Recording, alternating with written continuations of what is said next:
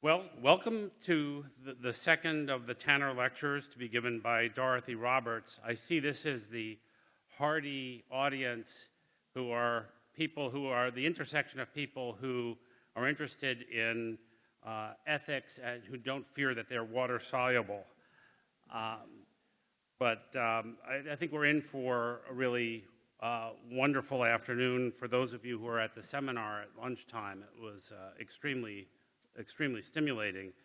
As anyone who was here yesterday or who has the pamphlet knows, Dorothy Roberts is the 14th Penn, and I love this title, Integrates Knowledge Professor, and as opposed to our traditional academic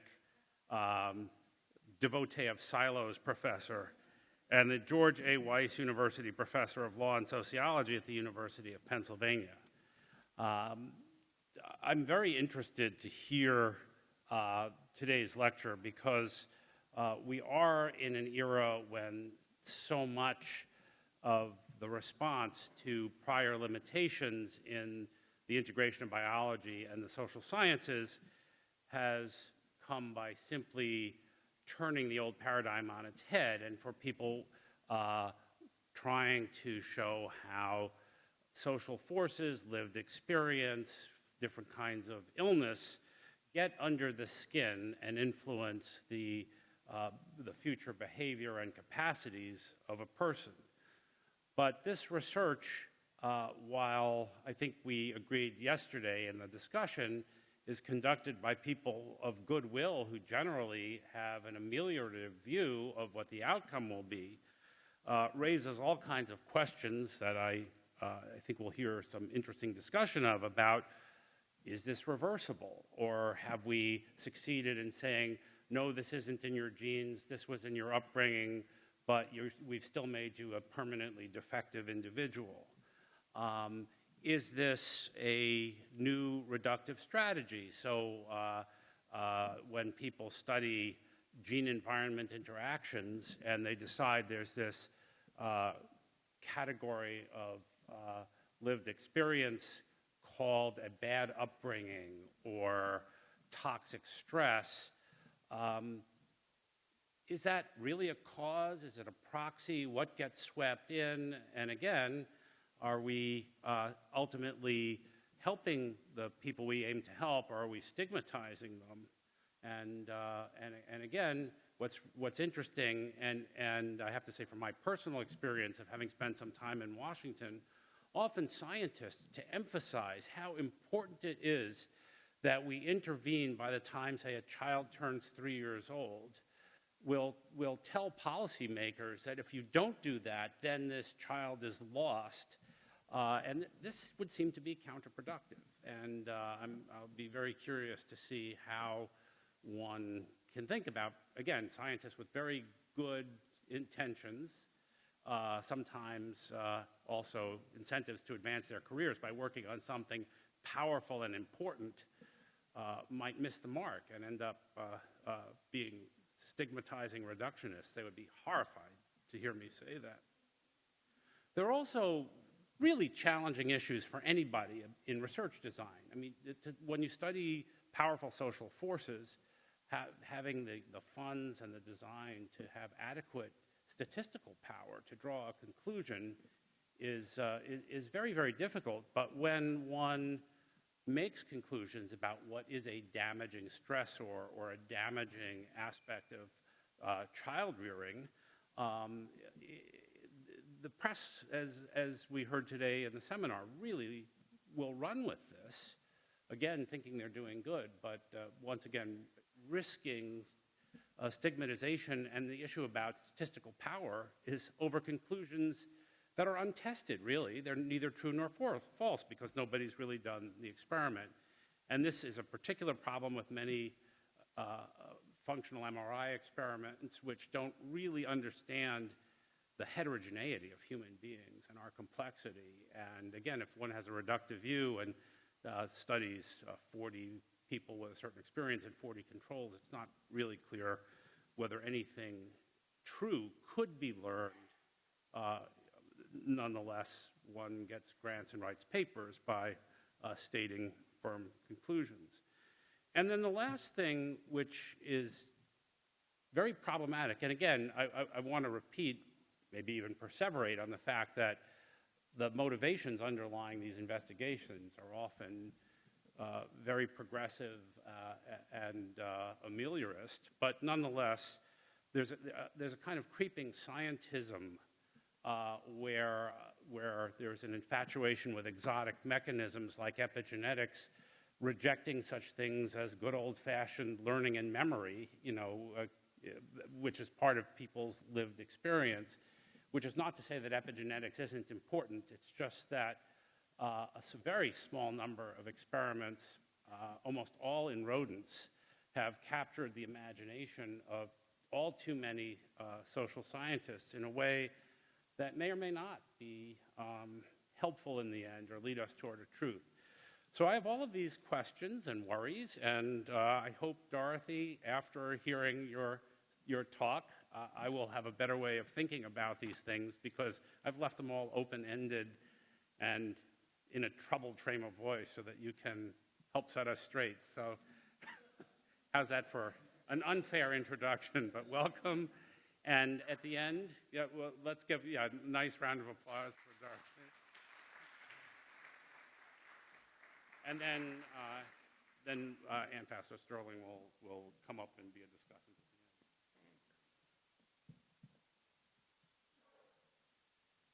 the end. Okay, I think, though, that this might be Ann's talk.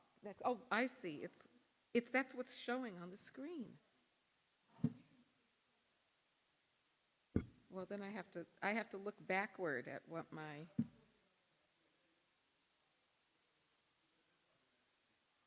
Exactly. Or gymnastic one, I don't know.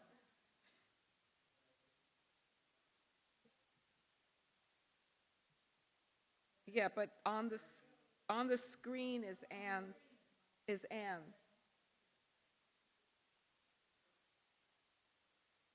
Okay, all right.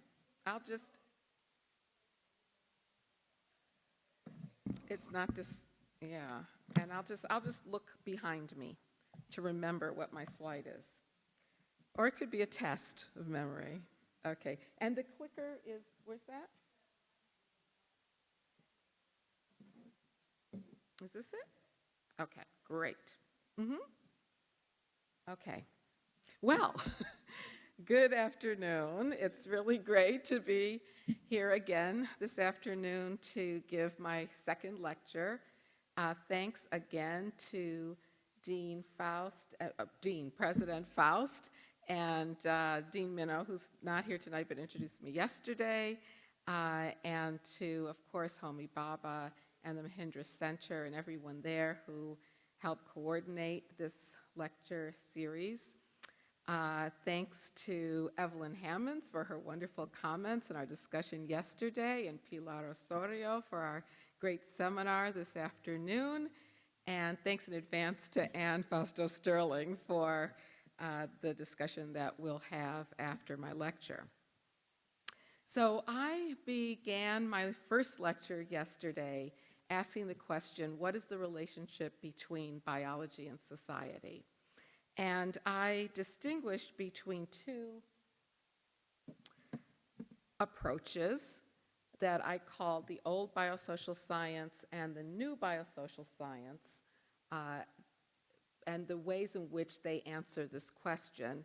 And I simplified the distinction I'm making between the two of them by pointing out that the old biosocial science posits that social inequality is produced by biological difference, whereas the new biosocial science posits that biological differences are produced by social inequality.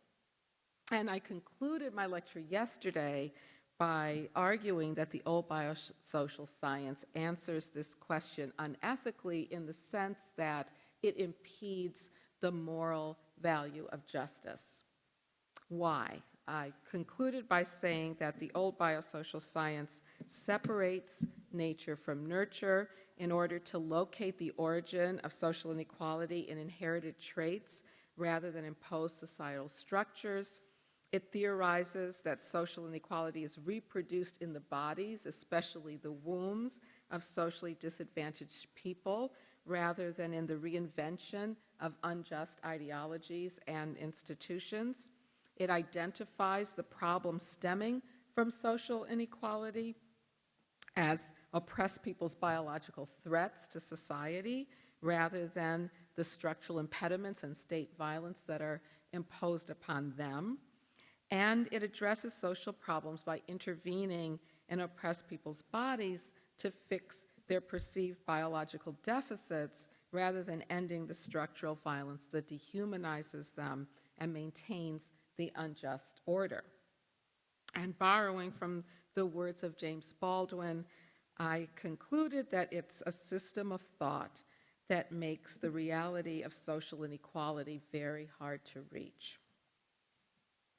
As some scientists are continuing to study the biological origins of social inequality, in other words, continuing to approach the question of the relationship between biology and society from the old biosocial perspective, there's an emerging scientific paradigm that Steve, and thank you, Steve, for your introduction, alluded to, which is investigating instead how unequal social environments produce disparate biological outcomes, how they get into the body.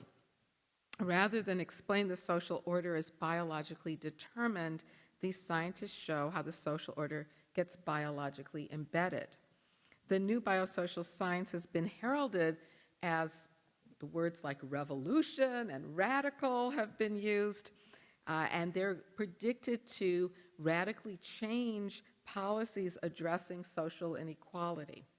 So in today's lecture, I want to consider whether or not the new biosocial revolution radically corrects the ethical flaws that I laid out yesterday of the old biosocial science.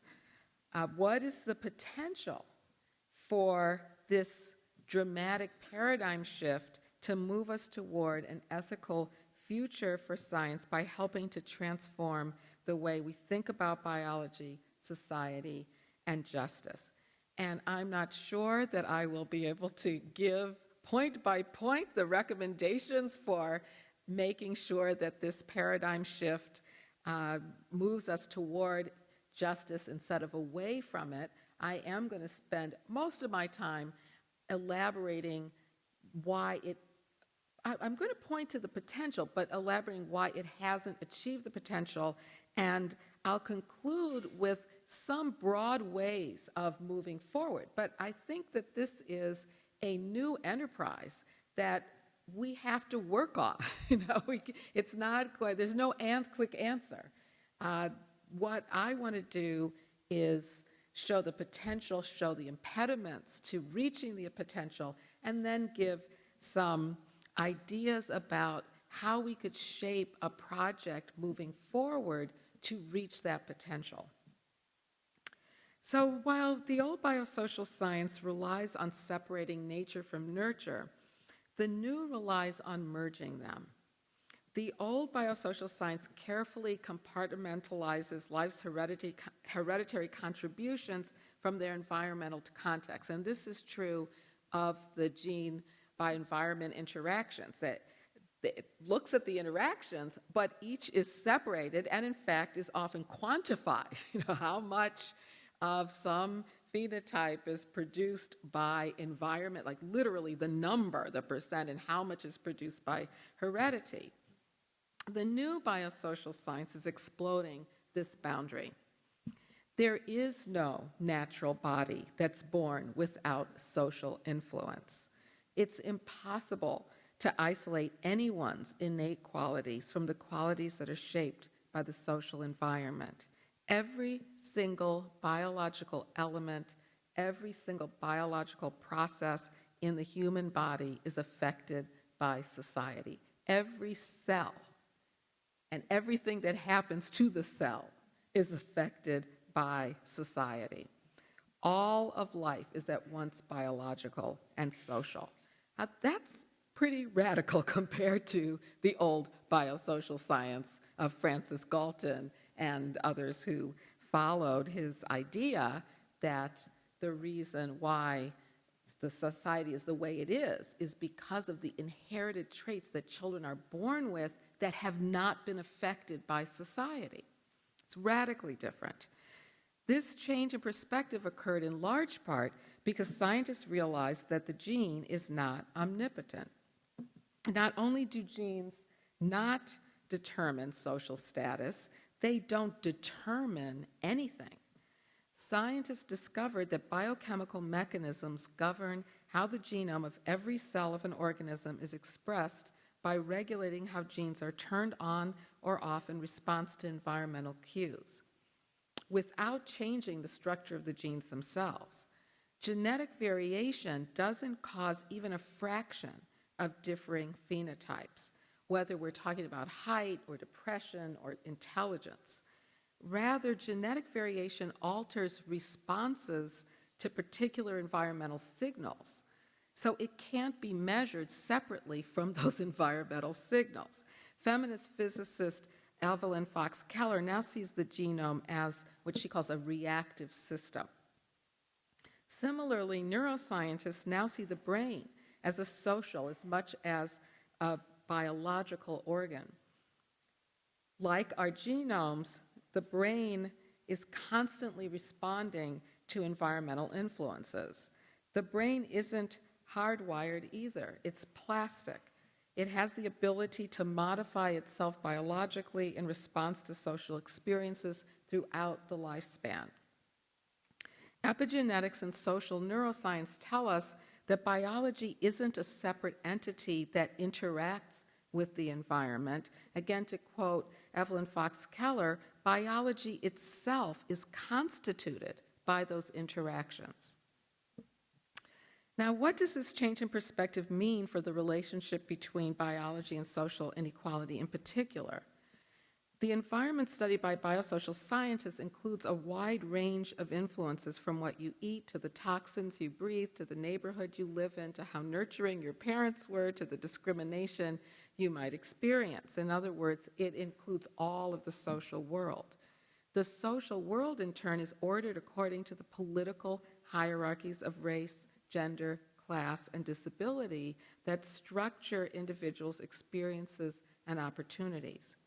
Even exposure to physical substances like chemical toxins is governed by social status. Think of the crisis caused by lead contamination in Flint, Michigan, that poisoned mainly low-income Black families. Using the term toxic inequality, Harvard sociologists Robert Sampson and Alex Winter, in a wonderful recent edition, latest edition of the Du Bois Review, confirm what Black activists have charged as environmental racism for decades. Predominantly Black neighborhoods comprise the vast majority of neighborhoods in the top quintile of Chicago's lead toxicity rates in each year from 1996 through 2012. Flint, Michigan, they conclude, is not an aberration. Lead poisoning of Black children, they say, is a form of biosocial stratification.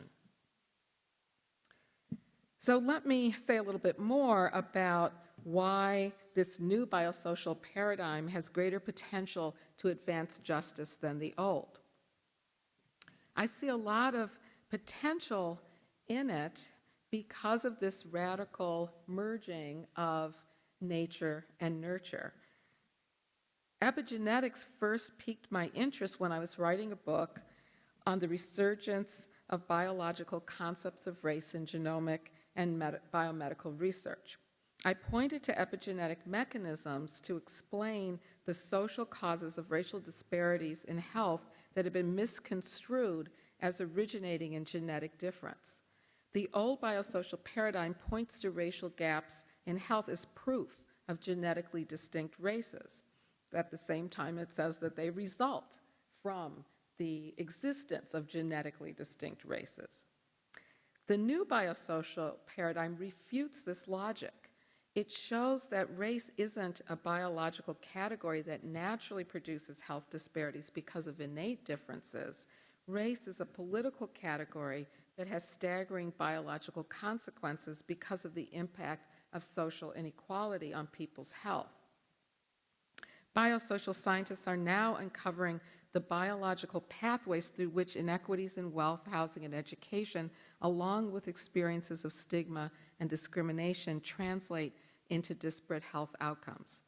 For example, epigenetics may explain why African Americans have higher rates of low birth weight and adult cardiovascular disease.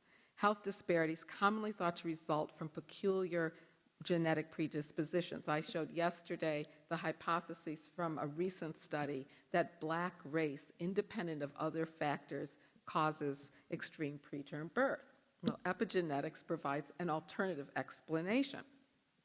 Scientists suspect that the stress and discrimination experienced by Black mothers throughout their lives and during pregnancy cause them to have smaller babies who, partly because of epigenetic responses to the socially patterned environment in the womb, have an elevated risk of heart problems when they grow up.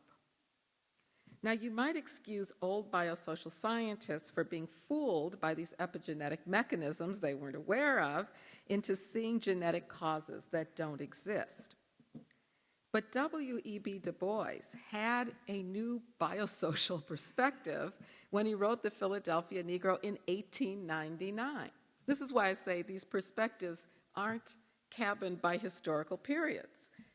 Du Bois had a new biosocial perspective at the same time that the old biosocial perspective in eugenics was being created and developed and propagated. And he quipped, particularly Du Bois, particularly with regard to consumption, it must be remembered that Negroes are not the first people who have been claimed as its particular victims. The Irish were once thought to be doomed by that disease, but that was when Irishmen were unpopular. Freed from the preposterous belief that racial inequality is caused by innate differences in biologically distinct races, scientists can apply a more plausible biosocial framework to understand how structural racism and other forms of structural inequality produce health inequities. In addition to offering a non-hereditarian explanation for the relationship between biology and social inequality, the new biosocial science highlights the devastating corporeal consequences of an unjust social order. By theorizing innate difference as the cause of social structure, the old biosocial science portrayed socially disadvantaged people as biological threats to society. Biology then served as a justification to blame their defective bodies for social problems rather than blame society for their suffering. The new biosocial model more ethically frames biological disparities as the costs of social inequality that are unjustly borne by socially disadvantaged groups.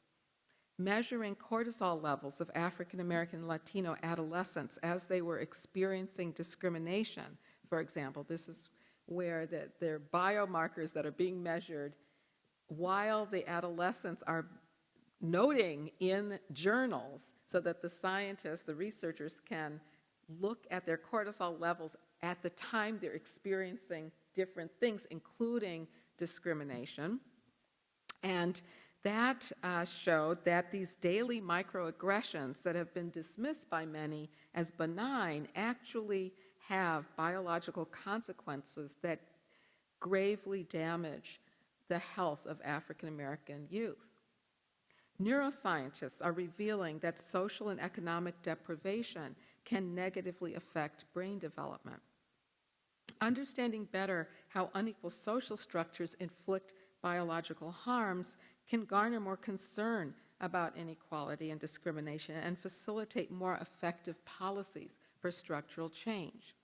A leading social neuroscientist explains, and this is an example, I think, of Stephen's point of the good intentions of many of these scientists, quote, "This may renew and expand our sense of societal obligation to poor children by reframing the problem as more than mere educational and economic opportunity, extending to the physical integrity of children.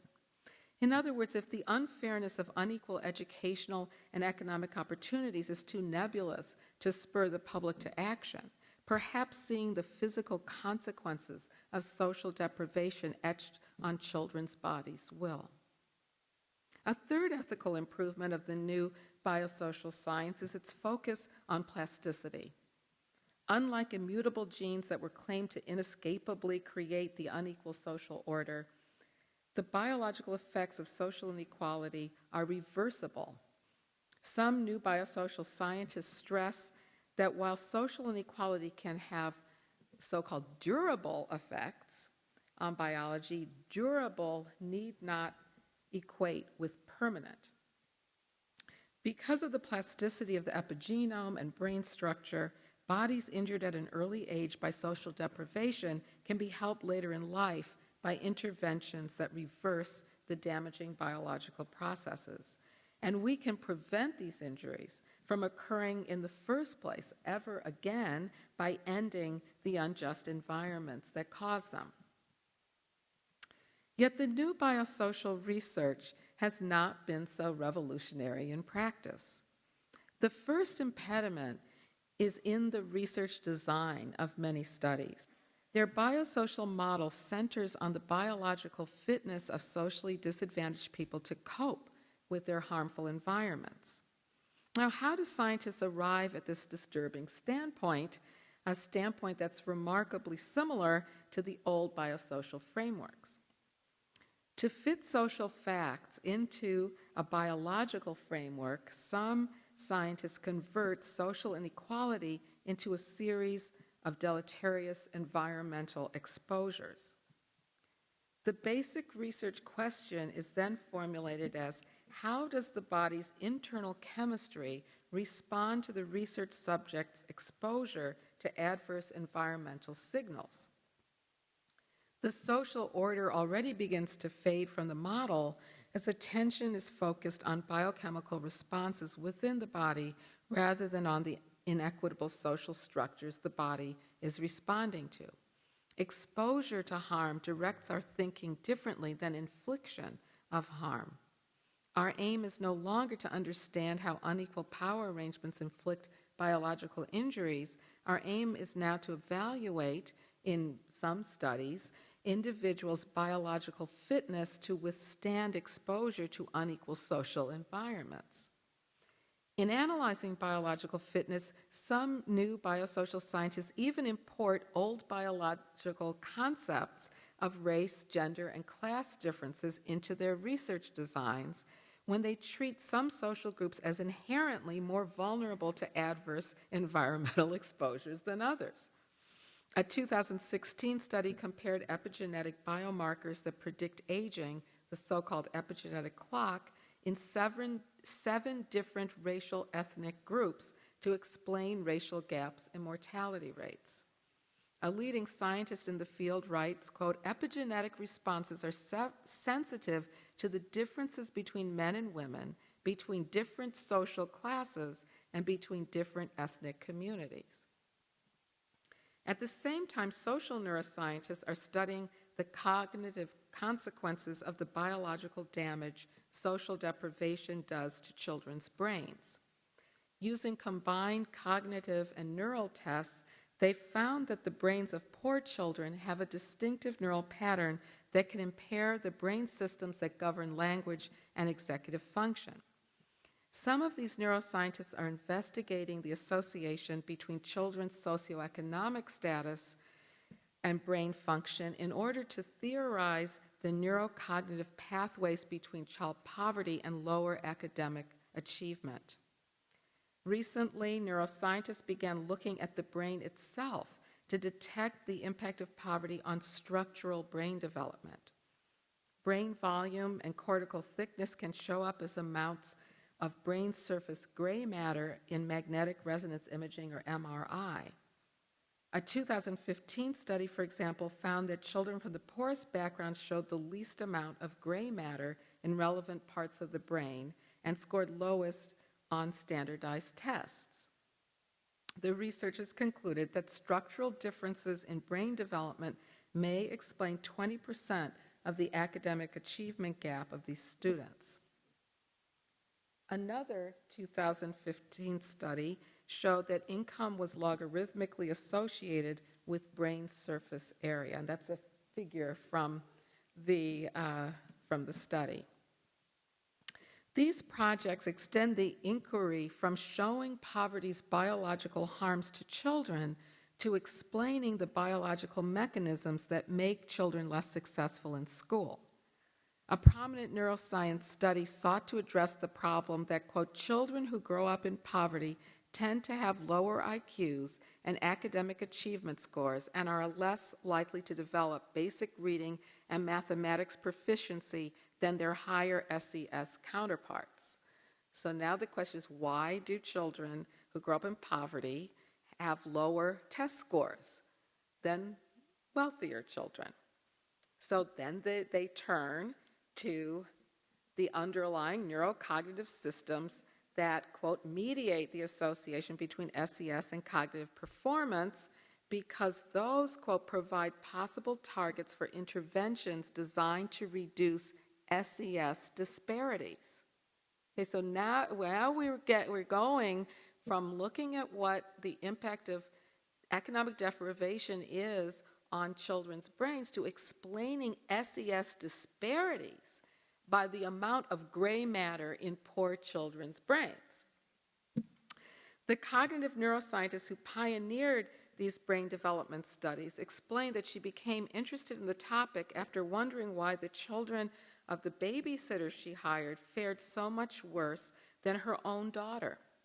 Although she thought they started life with the same potential as her daughter, she said, quote, somehow they found their ways onto a different kind of life trajectory toward lower achievement and fewer options in life. She speculated that poverty may have shaped the children's brains in a way that made it difficult for them to escape their mother's social status as a babysitter. A recent Newsweek article entitled How Poverty Affects the Brain reflects the shift in focus from structural to neurocognitive impediments to explain the reproduction of social status. Quote, housing discrimination against minorities living in unsafe, dilapidated buildings, implicit racial bias by teachers, malnutrition, and underfunded schools in poor communities can hamper normal brain development.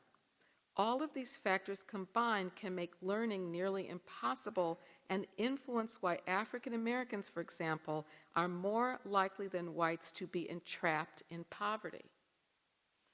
Like the model of epigenetically induced deficiencies, this social neuroscience model theorizes damaged brain function as the biological conduit that transfers structural inequities into lower educational achievement. But it goes further. According to this model, this biosocial process then traps poor Black children in their lower social status because it impairs the cognitive capacities that would enable them to achieve what white middle-class children achieve.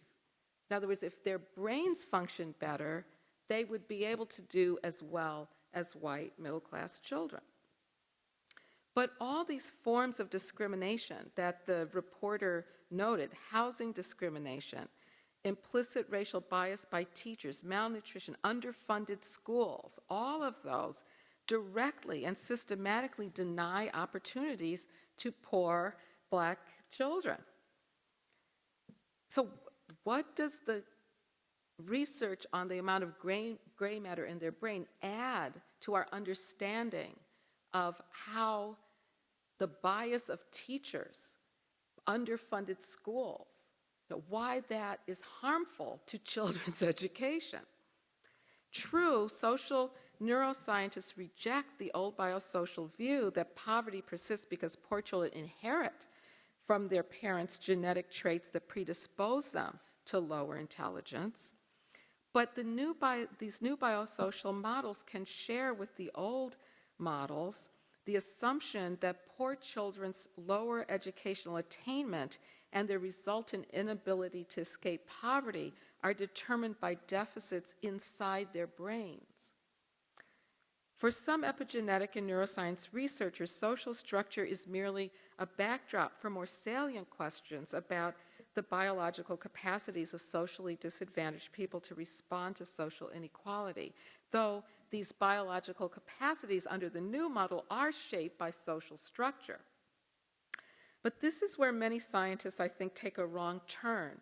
They're now looking to developmental deficiencies, not structural barriers, to explain what prevents oppressed people from escaping their dehumanizing position in the unjust social order. This wrong turn is exacerbated in new biosocial models that conceive of socially induced biological deficits as heritable. Some scientists theorize that the biological harms caused by social deprivation can be passed down from generation to generation and mire individuals in the unequal social environments where they were conceived. Once researchers disconnect biological effects from their social origins, the plasticity of the brain and epigenome can turn into a stable inheritance. For many researchers, the very definition of epigenetics centers on the durability of biochemical markings that can be transmitted across generations, often referred to as long-lasting biological memories of past social exposures. Scientists are finding that stressful or traumatic experiences can have long-term detrimental effects at the cellular level as a result of epigenetic mechanisms. As I mentioned earlier, epigenetic markings in a fetus triggered by its uterine surroundings can produce health problems in adulthood. What's more, prenatal exposure to environmental factors can affect not only the fetus's lifelong health, but also that of future generations, because the epigenetic influences on the fetus will also influence that individual's future offspring. So scientists have extended the theory of inherited biochemical changes within the cells of an organism, which was the original focus of epigenetics, now to a theory of inherited biochemical changes across generations of organisms. In one model, this process occurs intergenerationally, when offspring are exposed to epigenetic influences as gametes through non-genetic factors in egg or sperm, as fetuses during gestation, or as newborns through the caretaking they receive. A more controversial and unproven model claims this process occurs transgenerationally through modification of the offspring's germline epigenome, their full set of epigenetic markings, that is then stably, the whole epigenome is stably then inherited by future generations, generation after generation, inheriting this epigenome that was influenced by some social adversity in the first generation. Many biosocial scientists go on to theorize that the biological consequences of adverse environments are not only durable, but self-sustaining. One text defines epigenetic changes as, quote, alterations in gene expression that are self-perpetuating in the absence of the original signal that caused them. Scientists have noted the implications of this concept of self-sustaining epigenetic effects for how we think about unequal social environments. One epigeneticist wrote, if, for example, long-lasting ethnic conflict, starvation, or a persistently low socioeconomic status can induce detrimental cognitive and emotional effects in members of human populations, it could aggravate and reinforce social problems for generations to come, because the epigenetic changes may lead to the reconstruction of the deleterious phenotypes. In other words, the harmful biological effects of social inequality can reconstruct themselves epigenetically, even in the absence of the social environment that originally triggered them. Social neuroscientists are developing a similar model of self-perpetuating biological harm. A leading scientist in the field told that Newsweek reporter, we're starting to get an appreciation of the richness of the social story, the social stress of poverty that's really driving these kinds of effects and shaping brain development and biological development in ways that we think are going to persist through a lifetime. This model treats the self-sustaining biological mechanisms as more significant than the original social triggers. They're what are really driving the persistence of the unequal social order. Because the biological effects continue past the social events that cause them, the present unjust social order sometimes seems to disappear into the ether. Like old biosocial scientists who confused plastic epigenomes with stable genes, some new biosocial scientists confuse current practices of discrimination, exploitation, and state violence for the self-perpetuating biological deficits of their victims. The unjust social order doesn't persist because socially disadvantaged people are biologically incapable of escaping it. It's maintained by structural forces imposed on them by people in power. Many new biosocial studies not only fail to factor this structural violence into their research design affirmatively obfuscates it. Not only have Black Americans living today been set back by a legacy of slavery and Jim Crow that lasted until the 1960s, but contemporary systems and institutions such as racial profiling by police, hyperincarceration, employment and housing discrimination, and poor quality education and healthcare have continued to keep them in a subordinated status. All of these forces are concentrated in predominantly Black neighborhoods whose residents at the moment are subjected to government and market-backed deprivations and assaults. Many Americans were shocked to learn in 2015 that Black residents of Ferguson, Missouri were systematically and routinely arrested, charged exorbitant fines, and jailed in a deliberate scheme to fund the city government. This outrageous practice is but one component of a larger law enforcement system that criminalizes whole populations independent of their guilt or innocence in order to keep them under state control. Many of these structural forces are aimed directly at Black children. Fines, fees, and restitution mandates levied on children in the juvenile justice system in every state impose a crushing financial burden on families long after children's probation has ended.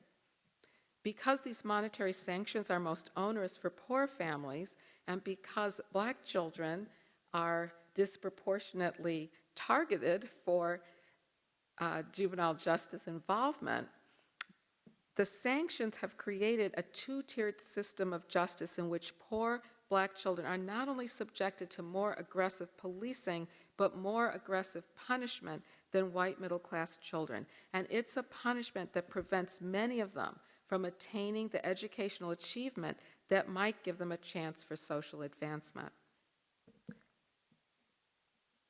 The Newsweek article on the neuroscience of poverty displays two large photos of students at Los Angeles high schools.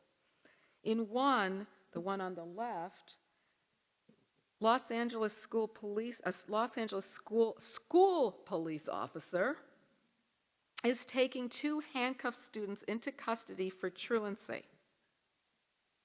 In the second, students are standing in a long line that extends outside the entrance. Now, what are they waiting? They're waiting to be scanned by a metal detector as police officers exit after what the article calls a long morning of monitoring student activity. The caption explains, quote, "Schools that can feel like prisons because of barred windows, security checks, and lockdowns increases the anxiety level of many students and can make learning nearly impossible." Okay. The neuroscience studies that the article describes suggest that the reason these children being handcuffed and standing in line all morning to go through a metal detector can't learn is their deficient brain function that results from these traumatic experiences with school surveillance. But, do I have to tell you that excessive surveillance in predominantly black schools directly prevents these children from learning because it disrupts their education, both by limiting the amount and quality of learning and by leading to higher rates of suspensions, expulsions, and detentions. A recent survey found that in schools where students of color accounted for more than half of the student body, the probability of using metal detectors, school police, security guards, lock gates, and random sweeps was 2 to 18 times greater than in schools where the white student population was more than 80%. When I looked at these images, especially the one on the right, I imagined that these students were lining up for another kind of detection and surveillance, MRIs, that neuroscientists had set up to scan their brains for the biological damage the police monitoring inflicted, and the police, in contrast, are escaping scot-free. They're nowhere in the studies.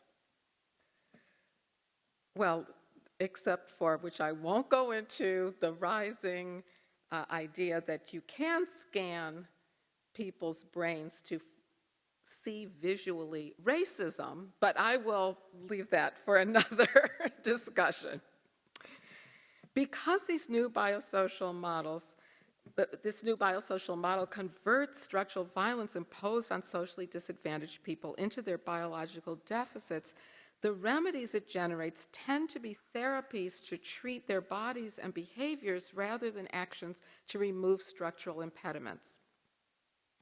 According to proposals by two prominent figures in the epigenetics of social inequality, research on, quote, persistent socially induced deleterious effects that reconstruct similar conditions in descendants creates an urgent need to understand how to manipulate the developmental system and neutralize or reverse those effects. Another writes, epigenetic markings are potentially reversed by pharmacological interventions. Moreover, if social environments could impact epigenetic programs in the first place, they might be reversed by behavioral intervention. He goes on to add the possibility that behavioral intervention could have biochemical consequences is extremely provocative and might be a paradigm shift in the social sciences. What's the paradigm shift? All I could imagine is that it's a shift toward intervening in the bodies and behaviors of socially disadvantaged people rather than in the unequal social conditions that some social scientists have previously targeted. So the research is directing policy a certain way, away from another policy approach. Similarly, some social neuroscientists suggest programs addressing lower academic achievement in poor neighborhoods should shift from increasing parents' incomes or enhancing children's reading skills toward more directly intervening in children's neurocognitive systems using computerized games and other strategies for strengthening executive function like paying attention. So rather than providing more resources to teach poor children how to read, they should be playing games that directly affect their executive function, which is really the reason why they're not achieving as well as children from more privileged backgrounds, according to this theory. Others are focusing on what's called coping mechanisms that will help socially disadvantaged children buffer their brains from the stresses of social deprivation. This research agenda directs policy interventions toward helping socially disadvantaged people deal better with discrimination and with police officers monitoring them and taking up their boarding as they go through metal detectors without having to address the discrimination itself. In new biosocial theories, the pathway between unequal social environments and deleterious biological outcomes often centers on mothers' bodies and behaviors in particular. Epigeneticists treat the womb as an epigenetic vector, as Sarah Richardson calls it, the conduit of past environments that are transmitted via biochemical mechanisms to the fetus. They've identified women's nutrition and stress levels and apparently smoking while pregnant as and the nurturing behavior they provide their newborns as key influences. The womb is the place where our pliable genomes are most vulnerable to environmental exposures, scientists say, where the self-sustaining loop of biochemical transmission initiates. As we saw with the old biosocial science, framing the persistence of social inequality as a reproductive process spotlights women's bodies as the sites of intervention and blame. Both epigenetics and social neuroscience conceptualize a narrow window of opportunity to intervene prenatally or immediately postnatally before children's biological capacities are set. It becomes urgent then to change mothers' behaviors for the sake of their children in order to forestall the impending biological emergency, which is then going to last generation after generation after generation. In summing up the policy direction indicated by the neuroscience of poverty, the Newsweek article suggested, quote, new programs would focus not just on the children, but also on the mother who grew up in poverty, and as a result hasn't developed coping skills and is therefore highly unlikely to be passing them on to her children. How easily responsibility jumps from economic deprivation or surveillance of children in schools or the bias of teachers, all those other structural and discriminatory problems that the article mentioned, jumps from all of that to the mother's deficient and seemingly inherited capacities which make her in need of supervision. This theory assumes that rather than being experts in coping skills because of their experiences living in poverty, poor mothers haven't developed these skills because of their own socially induced cognitive incapacities. Okay, so you might ask, well, why can't we pursue both strategies at once? Working to end the social structures that trigger detrimental biological outcomes while simultaneously alleviating the biological damage that results. I happen to notice that this year's recipients of the Heinz Award included legal scholar and activist Michelle Alexander, the author of The New Jim Crow, who has illuminated how mass incarceration systematically subjugates African Americans, and physician Nadine Burke Harris, who created the Center for Youth Wellness to heal the impacts of toxic stress on children growing up in poor neighborhoods. I thought that both women were admirably dedicated to using their particular expertise to tackle the causes and effects of racial injustice.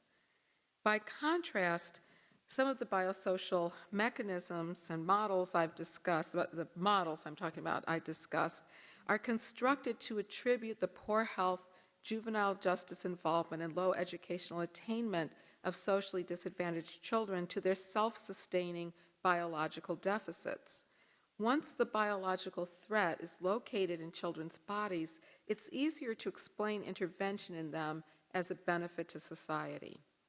One biosocial research team notes, quote, cost-benefit assessments of effective early childhood intervention for low-income children have documented significant financial returns to society through greater economic productivity, decreased welfare dependence, and lower rates of incarceration. This cost-benefit analysis shifts the moral focus from what is owed victims of structural violence to what they are costing society. The director of a child psychology research lab points out, if you talk about something being a social justice issue, it doesn't always get people's attention. But when viewed as a biomedical problem, it is literally changing and retarding biological development, and the cost of that to our society is huge.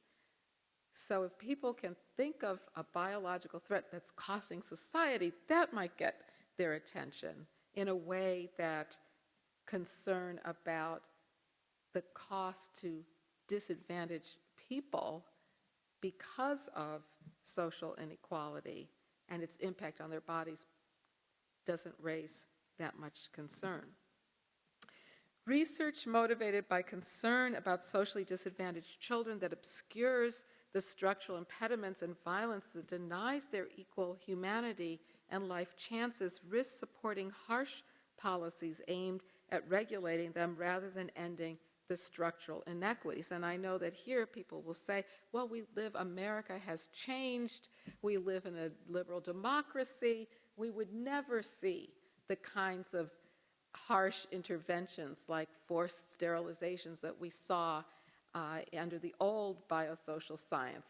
Fortunately, I pointed out yesterday, we've seen this in 2013 in California state prisons. So I don't think that argument holds much weight. It also hides the way structural forces privilege people at the top, as well as their accountability for helping to maintain an unjust social order.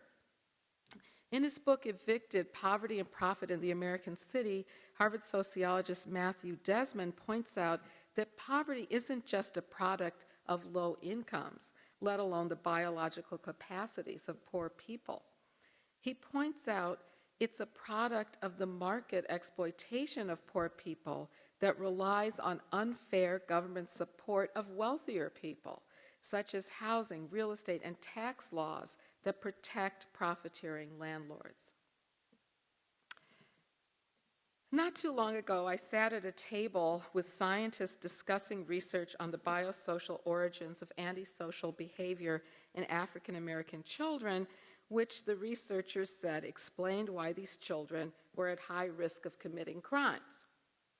One of them has merged biological and sociological perspectives to hypothesize that living in bad neighborhoods, that's the sociological component of the research, negatively affects children's cognitive functioning, that's the biological component of the research, making it harder for them to behave in socially acceptable ways and to obey the law. Now, I'm the only person at the table who isn't white, and it's extremely aggravating to be told that black children are more likely to get in trouble than their children because of black children's socially induced biological predisposition to bad behavior.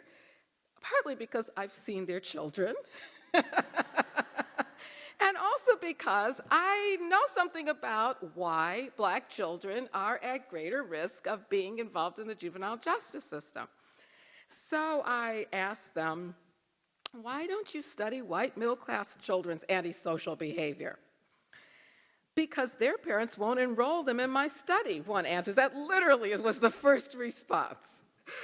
Another explains because they don't need to be studied, the white middle-class children. Their parents have the resources to help them, so they don't need our help. And then another added, white middle-class children aren't the ones at risk of being arrested. And then they all turn to me in unison, and they look at me and say, what's wrong with studying the children who need our intervention the most, the African-American children living in segregated neighborhoods in Philadelphia? If we can use this research to develop a therapy for them to address their antisocial behavior, isn't that a good thing? Well, what's wrong is all the misapprehension in their research that makes African American children's reality harder to reach. The assumption that their studies apply an objective standard for antisocial behavior, neutral tools to identify it, and unbiased methods to measure it. That the reason African American children are more likely to be involved in the juvenile justice system is because of their higher rates of antisocial behavior. That reducing antisocial behavior in African American children will reduce significantly the racial gap in juvenile justice involvement. That developing a pharmaceutical remedy for their antisocial behavior will be more helpful than harmful to these children. And that the reason why, and I think this is the hardest assumption, the most unbearable assumption to dispense with, the reason why middle-class white children are barely involved in the juvenile system, justice system is because of their better executive functioning. This merger of faulty social and biological assumptions makes me begin to question the growing interdisciplinary enterprise between biologists and social scientists that has accompanied the emergence of new biosocial perspectives. As I suggested at the beginning, these collaborations do hold promise for helping to transform the scientific study of biology's relationship to society. If biology was split from sociology to support the unethical view of nature as inherited apart from social influences, then perhaps reintegrating these disciplines, biology and sociology, has the potential to correct that view. On one hand, social scientific frameworks and methods by themselves can't comprehend fully the interaction between biology, society, and politics. On the other, biology is inadequate to explain the political regulation of life. So interdisciplinary engagement might help us develop a transformative way of understanding the relationship between biology, society, and justice. Biosocial science might actually contribute to envisioning and achieving human life in a humane, equitable, and just society. Yet the interdisciplinary biosocial collaborations, for the most part, have not been transformative in this way. Adding a sociological component seems to make biological research more socially relevant, while biomarkers appear to add precision to traditional sociological methods. Simply put, biology makes social science seem, well, more scientific. But this improvement has tended to reduce the social order to biological processes, reinforcing rather than contesting the flawed assumptions and blind spots of both sciences. There's a way in which, instead of breaking through assumptions by bringing together sociologists and biologists, it could do just the opposite. They reinforce each other's assumptions, which were similar to begin with. The new biosocial science, though, is an emerging field. We still have the opportunity to tap its revolutionary potential to help create an ethical future for science. How can the radical realization that social inequality is not a fact of nature, but it does have biological consequences, help put the reality of social injustice within reach? This would require a collaborative project that does more than combine biological and social variables in existing research frameworks. It would have to aim at transforming both biological and sociological thinking through open and critical exchange in order to envision a new relationship between biology, society, and justice. Transformative collaborations between biological and social scientists, first of all, have to figure out, I don't know how to do it. I think this is going to take work, but we have to figure out a way to keep unjust social structures and state violence in view and not let our gaze on biological mechanisms obscure these social realities. Is there a way to illuminate the social realities and not obscure them?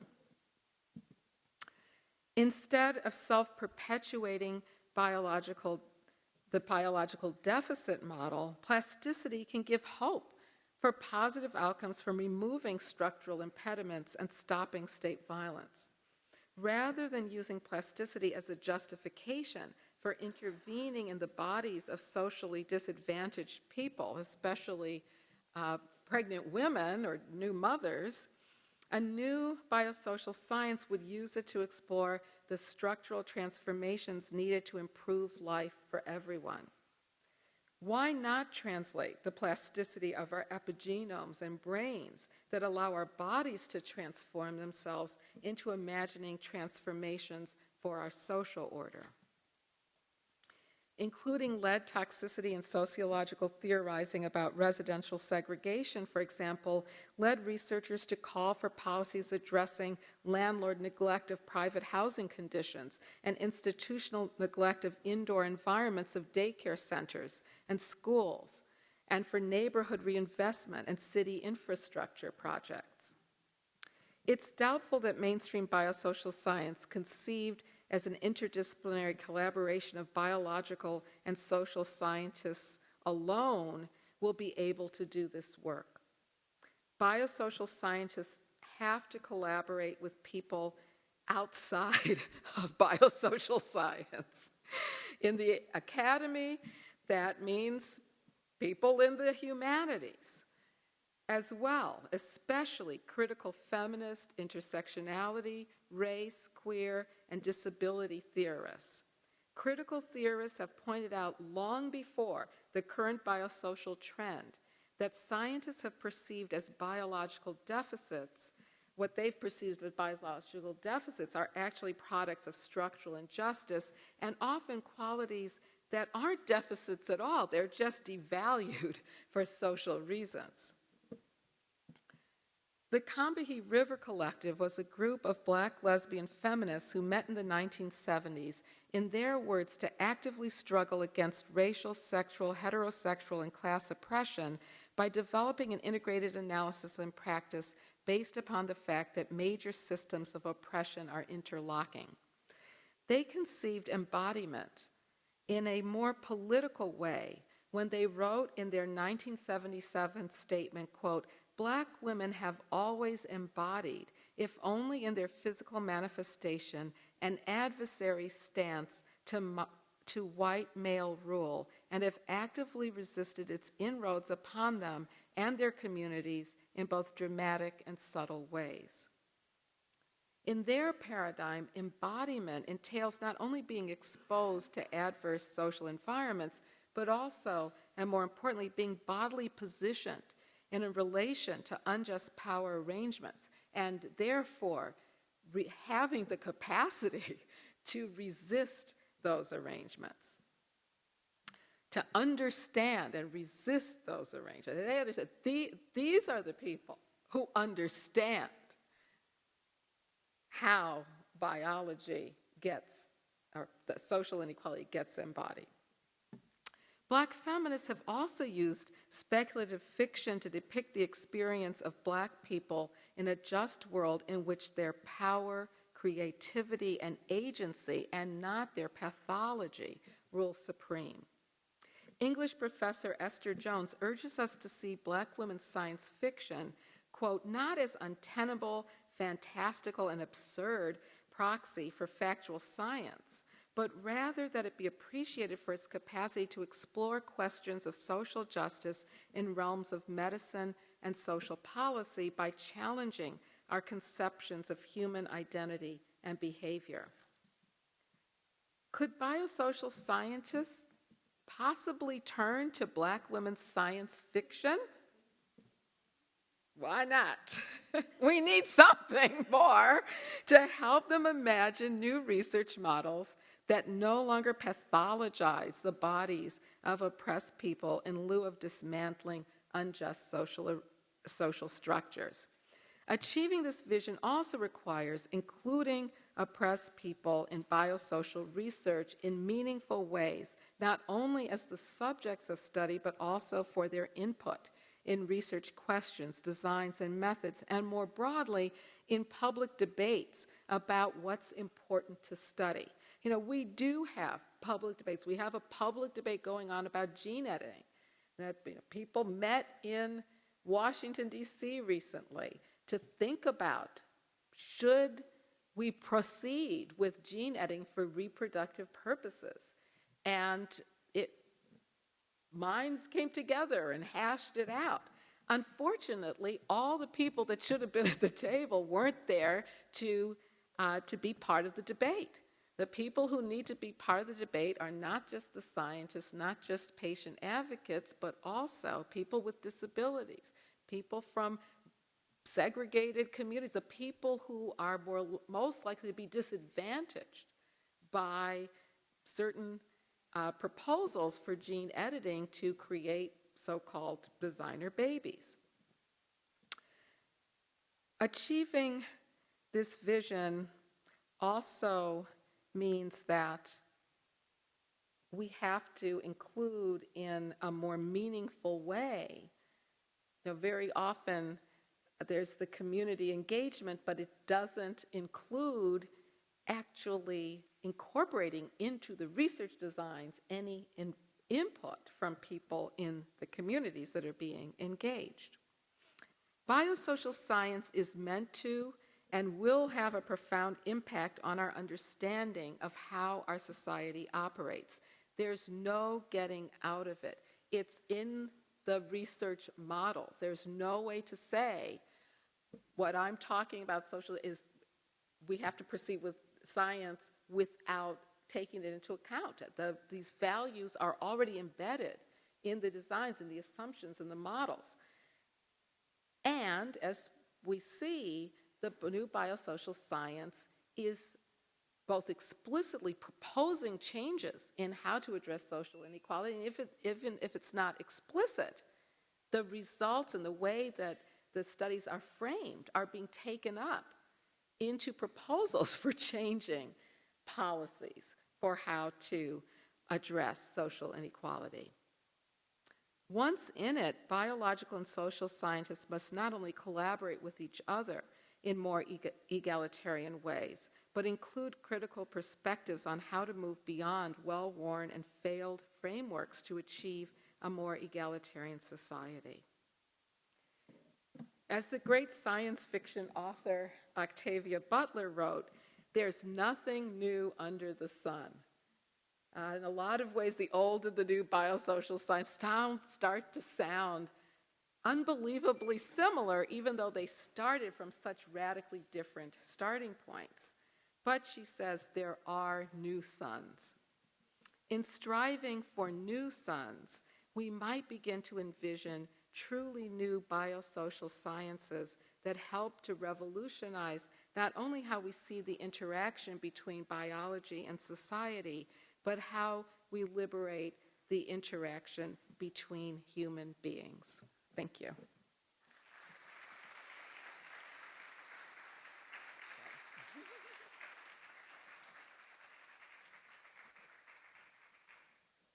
Thank you for that wonderful lecture. And now let me introduce our discussant, Anne Fausto-Sterling, who is the Nancy Duke Lewis Professor Emerita of Biology and Gender Studies in the Department of Molecular and Cell Biology and Biochemistry at Brown University. She's also the founder and former director of the Science and Technology Studies program at Brown and the author of works including Sex, Gender, Biology in the Social World, Sexing the Body, Gender Politics and the Construction of Sexuality and Myths of Gender, Biological Theories about Women and Men, and many, many scholarly articles. And we look forward to your comments.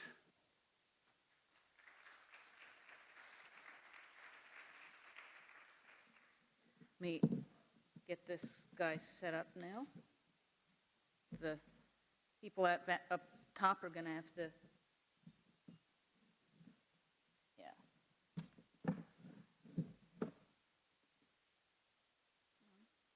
go.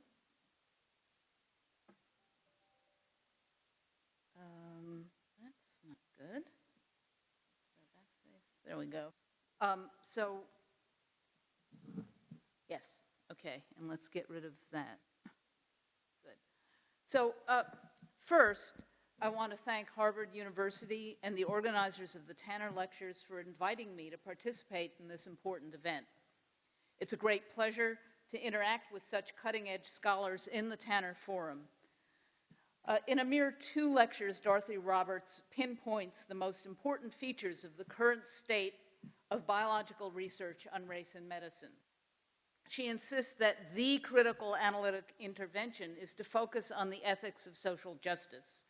And she challenges the field, including many well-intentioned biologists and sociologists, to think more carefully about what they are doing and how they should go about doing it.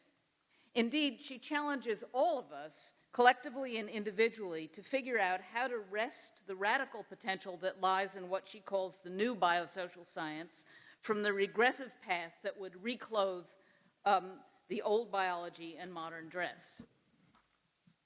Roberts captures the important differences between the old and the new before showing, for the bulk of her lecture today, how the new, even while making headway, is dangerously ducking for cover, avoiding the critical need to address and change the social order. For here, she argues, is where a truly ethical biosocial science could develop, but only if we understand that how it is, how it is that the questions we ask and what kind of data we gather will shape the answers we receive. Roberts writes that the new biosocial science has ethical potential because it offers an alternative to the hereditary explanation for an unjust social order. In the old social order, socially disadvantaged people appear as biological threats to the more advantaged populace. The new order frames biological disparities as the costs of social inequality and suggests that the biological effects of social inequality need not be permanent, although they may be unnervingly stable. I want to whack at this tree from a somewhat different angle than yesterday by taking as an example essential hypertension, a well-known health inequality that is supposedly naturally different in white and black and black Americans. I tend to work visually when I'm trying to figure something out, and this is definitely a category of trying to work something out. This is not a finished set of ideas. So I wanted to share with you how I visualize some of the issues that Roberts addresses, and then consider what kinds of knowledge exist and what kinds we might need in order to ensure that the new biosocial sciences move forward in a just and ethical way. Let me start by saying how I visualize what she's been talking about. We start, and most biological sciences has been focused on what I'm calling the individual system or body, and then within that is nested a series of systems that are internal to the body. So genes, regulatory networks and cells, organs, interorgan regulation leading to individual behaviors. On the whole, the biological scientists who I interact with have stayed very much focused in genes, and recently they're feeling very brave to reach out to include regulatory networks and cells. Not so many of them reach out to organs or interorgan regulation.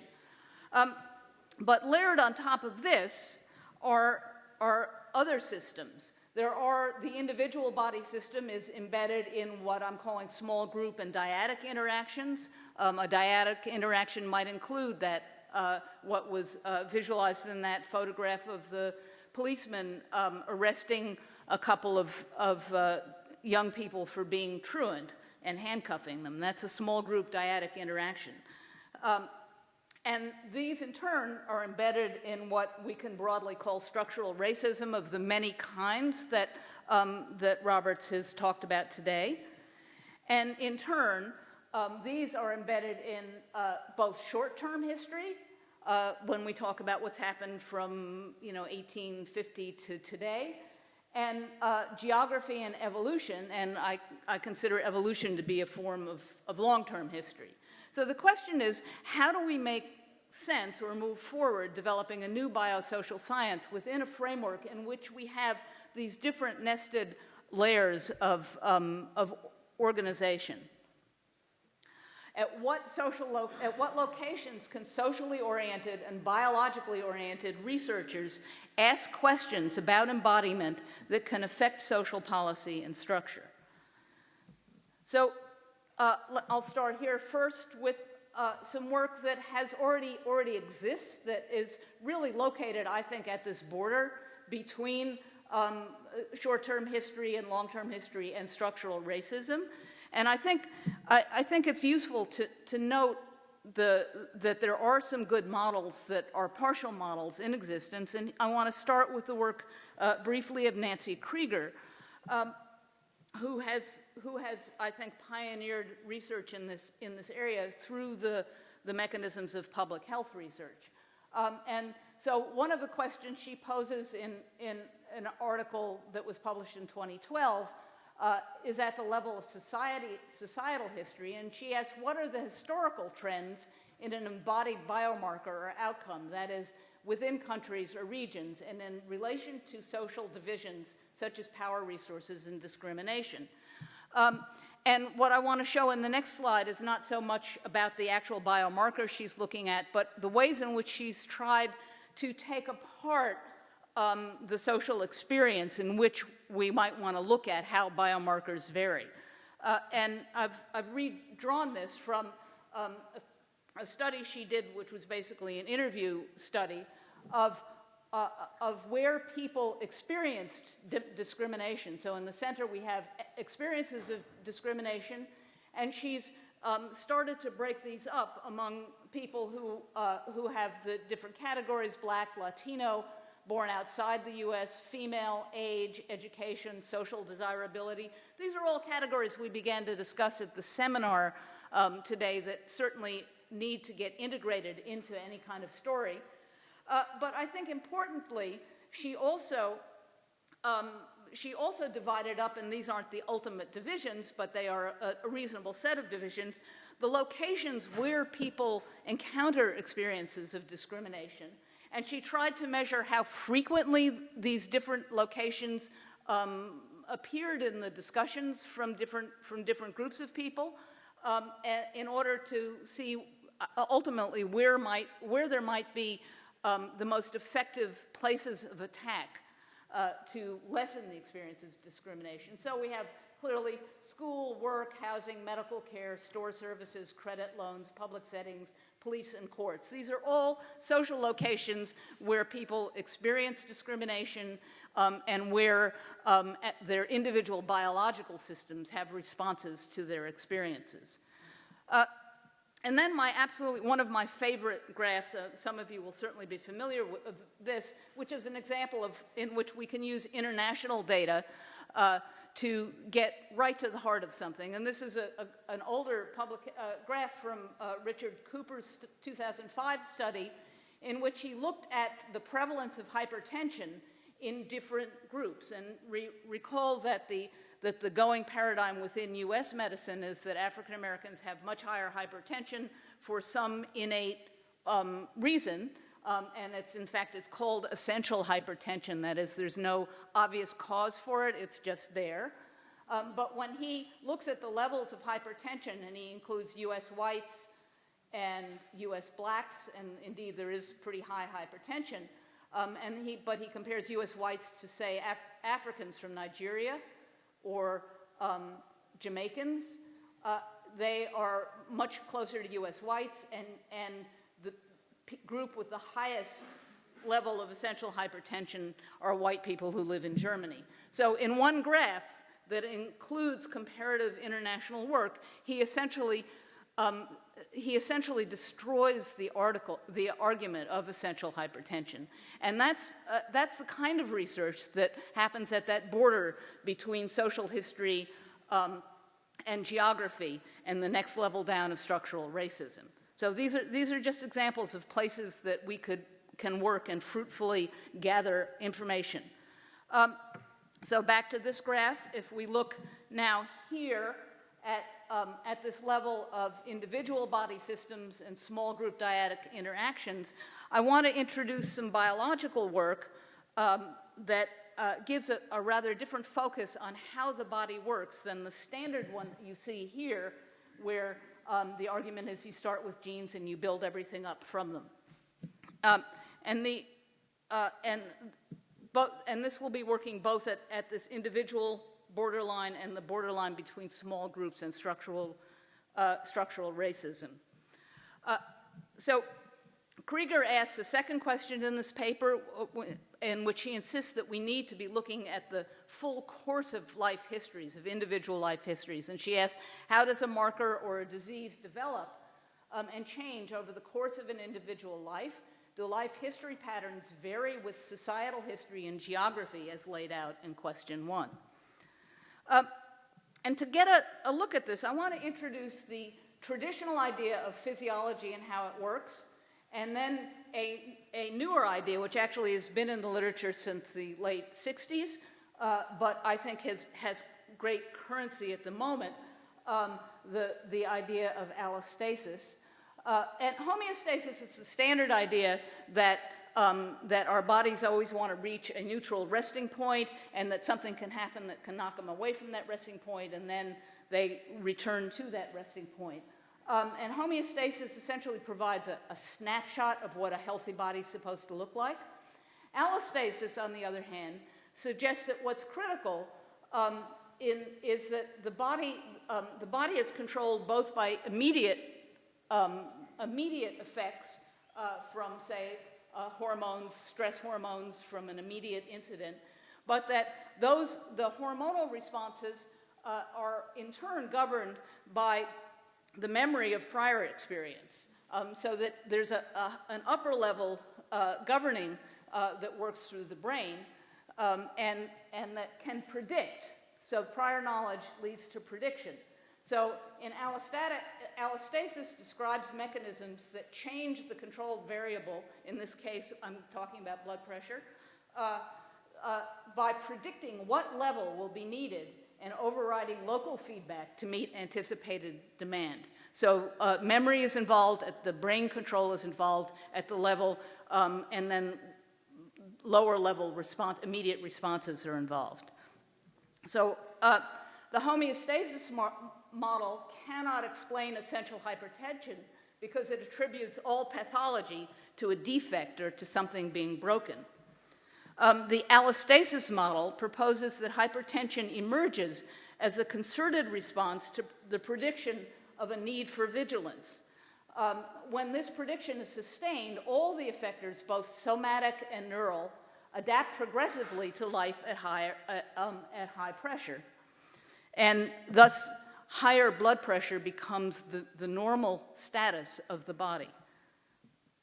So when does vigilance begin? Getting back to Krieger's insistence that we need to look throughout life history, these are 30 or 40-year-old data now, but they show increasing blood pressure just with normal age.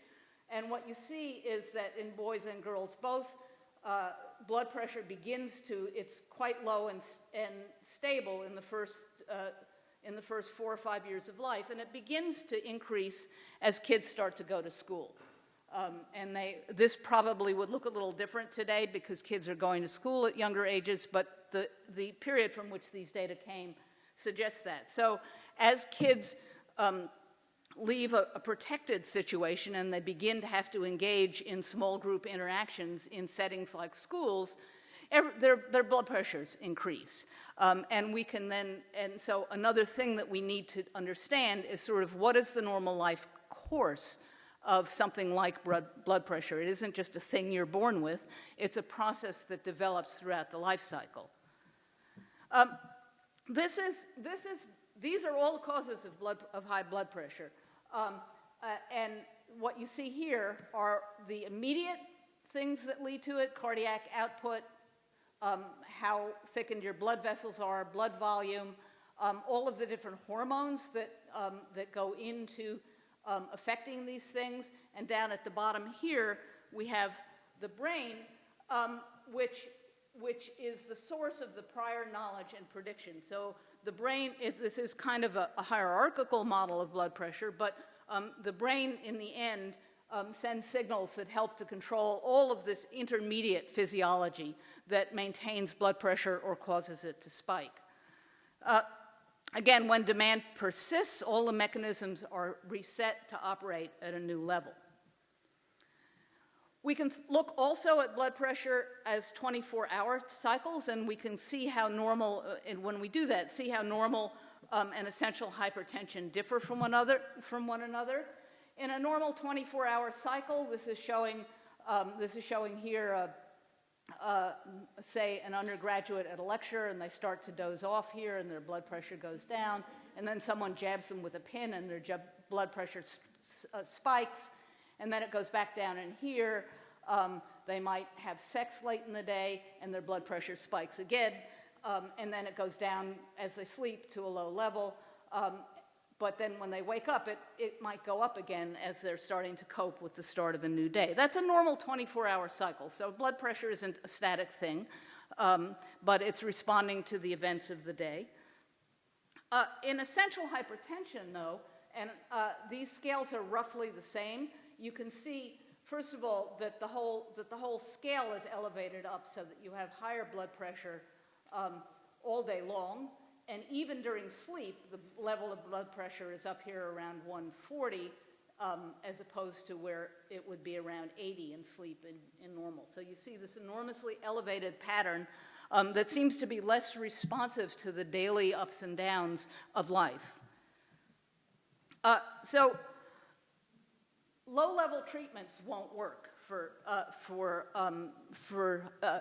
essential hypertension. You have standard drug treatments, for example, are diuretics to reduce blood volume, and they affect, this is a low-level place that treatment is given, and it doesn't work particularly well. Vasoconstrictor antagonists, which dilate vessels, work here to affect the vascular reservoir. Also, they don't work very well, but these are treatments that are given. And then heart rate antagonists to reduce cardiac output are given also. And the fact is that we know that none of these work very well, that within they may have an immediate short-term effect, but within a very short period of time, what happens is that the brain starts saying, no, I anticipate I need much more, and I'm going to override whatever you're trying to settle down with these pills. So the brain is still anticipating prior experiences that want the body to be at a level of high alert. So what does work? This is going to sound like kind of simplistic, and it is at one level, but it's not really if you think about it more carefully. So you want to reduce stress and reprogram what the brain anticipates, and the question is, how do you do that?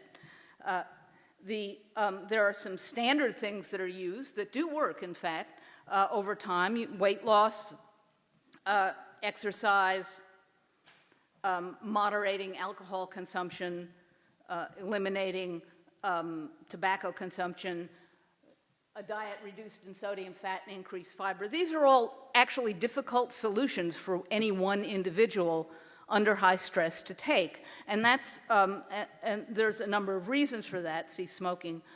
But these things do work, but they only work if you provide a social context for them to work in. So successful interventions satisfy a sense of social need by enlarging positive social interactions and revivifying a sense of connectedness. And I'll talk about how that might be. In the case of, for example, in the case of coronary heart disease, when patients combine diet and exercise in a group context with a charismatic leader, atherosclerotic plaques regressed over a year. So this is a slower term reprogramming of the body, but it can only happen to begin with in a situation where there is a small group interactions and supports. So this is the sort of near-term thing.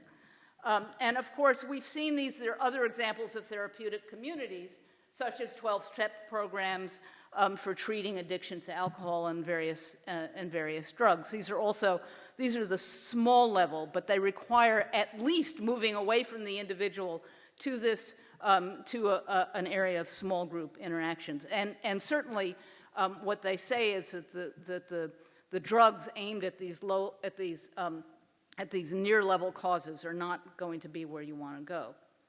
So, what are some of the bigger starting points that reduce the need for vigilance and to also restore small satisfactions? Because the other part of this is that the brain is seeking pleasure. It wants a little shot of dopamine, which might come from eating French fries. If it doesn't get it somewhere else. It wants some pleasure in daily life. It wants community. How can we, and these are the things that reduce the need for vigilance. If you want to reduce the expectation that you're going to be challenged in various ways by when you walk into a department store, all of these kinds of things are middle-level interventions. So first of all, there are the elephants in the room, which Dorothy Roberts has already named pretty clearly. We need to address the experiences of discrimination as outlined by Krieger. These are the daily experiences that people encounter. We need to address police, court, and community violence in order to reduce the need for vigilance. And these are the big things. These are the big picture things. And I totally agree that in planning research projects that begin to look at both the biology and the social together, that we have to have community activists involved in planning these, in planning what a project should look like. And these are, the elephants are the reason why. But there are smaller, lower level changes also that can have positive health effects and actually can relate to achieving some of the big changes that are needed. They aren't the way to achieve them, but they have a role that if done radically, I think could be important. So here's some simple things. Make life more habitable by doing things like building more parks, providing communal opportunities to garden, get fresh food into food desert communities. I mean, if we're saying that we want people to eat well and properly, food has to be available. And what more pleasurable way, from my point of view, to get food than to grow it yourself? I know some of you know I'm a big gardener, but the point is that these are things that can also reach back into traditions that are in people's histories that can be part of reconstructing community. We need to enhance opportunities to walk, to exercise, cycle by restricting automobile traffic. And one of the things we need to do if we restrict automobile traffic is improve public transportation. That has a side effect of also allowing people to get to work and maybe holding jobs outside of their community.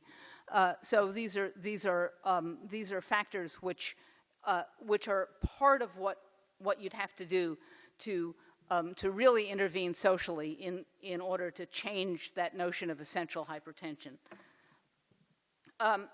And the same for providing exercise community, exercise facilities, the kinds of things you want in neighborhoods that used to be available and aren't in a lot of neighborhoods. And finally, and not necessarily in decreasing order, you want to improve work by acknowledging that no human can be satisfied by performing an unvarying task for 8 hours a day without vacation, without intervention. So these are starting points that need to be addressed for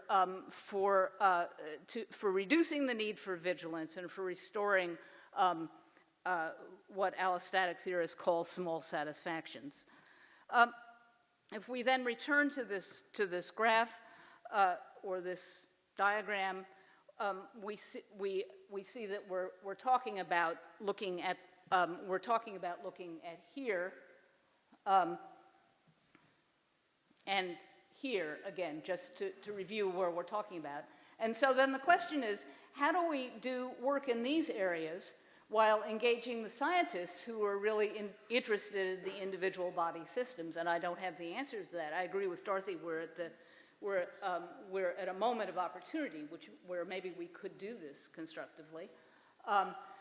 When we think that most of the scientists who are working on individual body systems really just want to study the genes or now their regulatory networks. So how do we engage scientists in a way that can give them the opportunity to study what interests them, but in a way that really does embrace the kind of social justice ethic that Professor Roberts suggests, argues we need.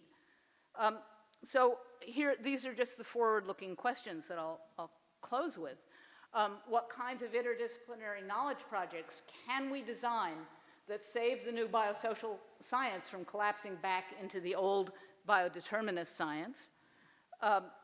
And what are the interesting biological and sociological questions that might encourage biologists and social scientists to collaborate in knowledge projects that embrace the ethics of social justice? I think, can such knowledge projects then promote political and structural change? So I think that these are the questions which Professor Roberts has posed, and which in this forum we can't gain answers to, but I think could be the project of the next couple of years to try to engage people from these different walks of life in discussions to talk about what would a constructive research project look like? What would be the questions that would be interesting to physiologists, but also interesting to social scientists? So I will stop with that.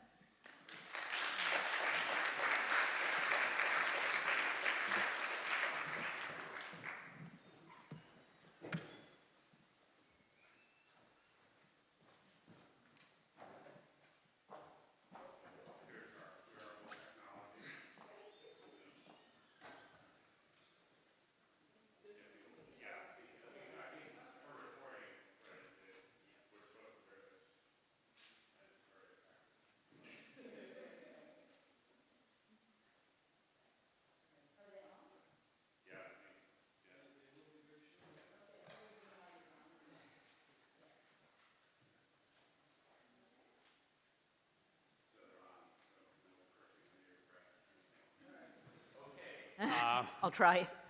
What a really interesting 2 days. So before I ask for questions, I was wondering whether you had any thoughts or responses to Anne's discussion. Yeah. I was very grateful for Anne's suggestion of some concrete ways that we can begin to think about biosocial science in new ways. And, you know, as I was listening to what you said about hypertension, what you were saying is, here's what the evidence shows us would actually reduce hypertension. And all you're suggesting, and I think I'm suggesting, let's work on projects that actually will help reduce social inequality. You showed us evidence that what a lot of scientists are looking at, if they're looking at race-specific genetic difference to try to address the reason why African Americans have higher rates of hypertension, we've got the work of Richard Cooper that shows, and many other people, other people that shows that's not going to do it. You know, let's look for a pharmaceutical remedy. You showed that's not going to do it.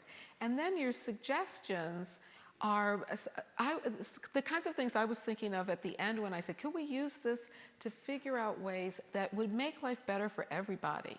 You know, parks and good food and gardens and things like that. And I think a response might be, oh, that's so unrealistic. But why? Why is it? It's not as if we're saying, right now, change the world. You know, end racism, end classism, end discrimination. No, there are actually concrete things that we could be doing that wouldn't cost any more than the other, it certainly wouldn't cost any more than all the money that's been spent looking for those race-specific genes. You know? And so, and even if it did, if it will solve the problem, why not do it? I guess my reaction to what you were saying is, yes, this makes sense.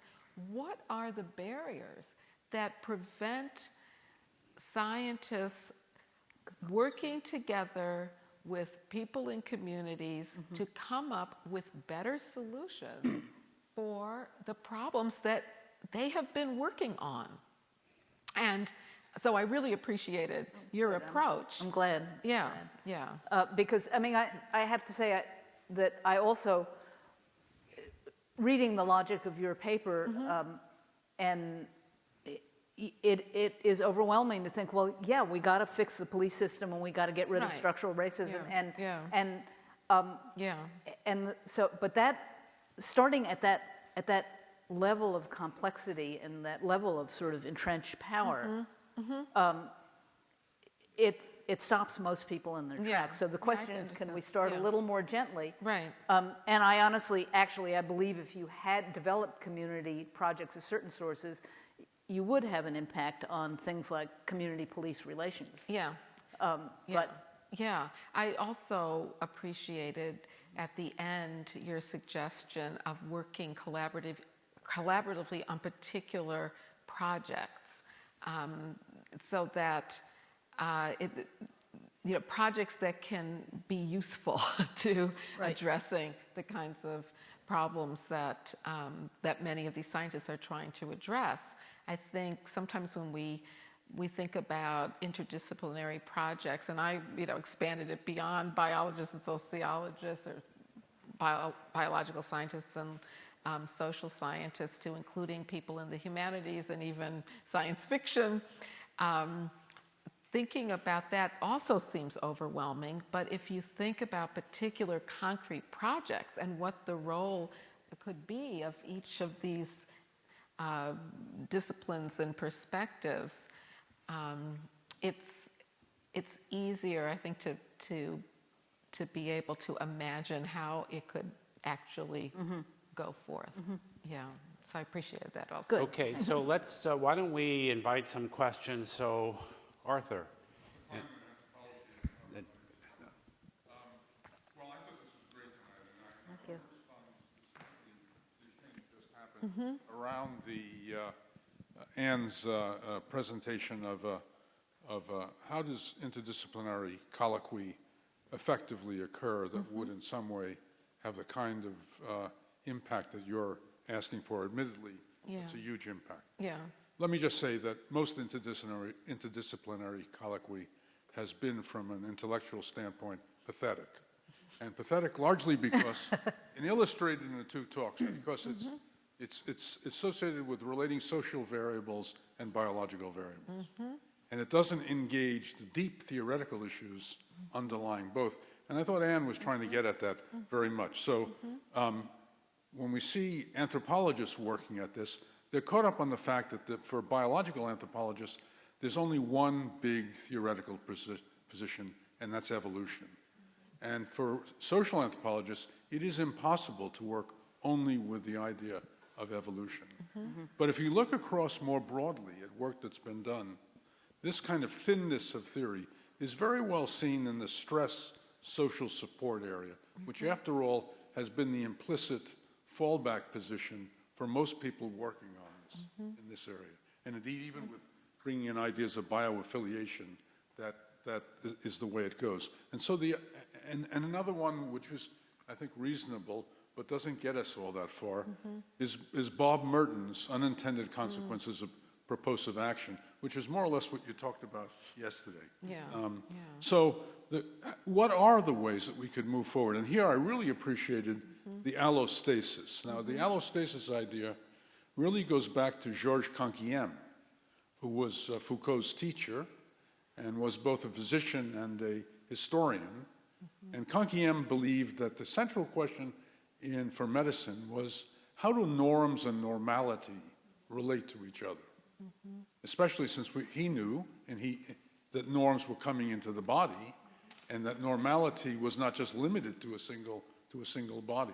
And I think this has been raised very much with the allostasis. I think that idea of upregulation, as opposed to the pathological view, always that something is broken, is extremely important and has to be taken very seriously theoretically. But on the social science side, I want to suggest another idea, which comes out of, again, of anthropology. And that's the idea that what we live in are not just networks and not just communities, they're local moral worlds. Now, why are they moral? Because there are deep things at stake for us in those local worlds. Our finances, our status, our sense of self, our need to protect others and to develop them, develop ourselves. And this leads to my question for you, Dr. Roberts, which is, yes, we want to ultimately work with at the ethical level of principle, with that central principle for you and for us of social justice, okay? But social science suggests that on the empirical level of the way people live their lives, there is a thing called moral experience. That is, those values that we feel that if we're pushed up against the wall, this is what really matters to us. And often those values are in conflict in the world, fitting in with your ideas of bias and discrimination, of people who feel that the local world's consensus on values is not the values that I'm holding or that my small group holds. Yeah. And so I would suggest that if this is going to be an intellectually serious enterprise that is welcoming to a broad set of scholars and will lead somewhere, that in each of these domains we tie it to theory. Not theory for its own sake, but theory that organizes empirical research. And that theory has to be serious on the biological side, on the social side, and on the ethical side. I agree with that. I absolutely agree. And I think my suggestion at the end that biologists and sociologists would do well to include more critical disciplines like feminism, disability studies, critical race theory. Part of that was to push toward a more theoretical analysis and rethinking about their collaborations with each other, because, as I said, there's so often it ends up being reduced to supporting each other's prior assumptions instead of critically engaging each other to contest those assumptions, and sometimes having yet another set of perspectives in the discussion might help that move forward. But I absolutely agree. It cannot be just adding a different kind of variable to an existing framework.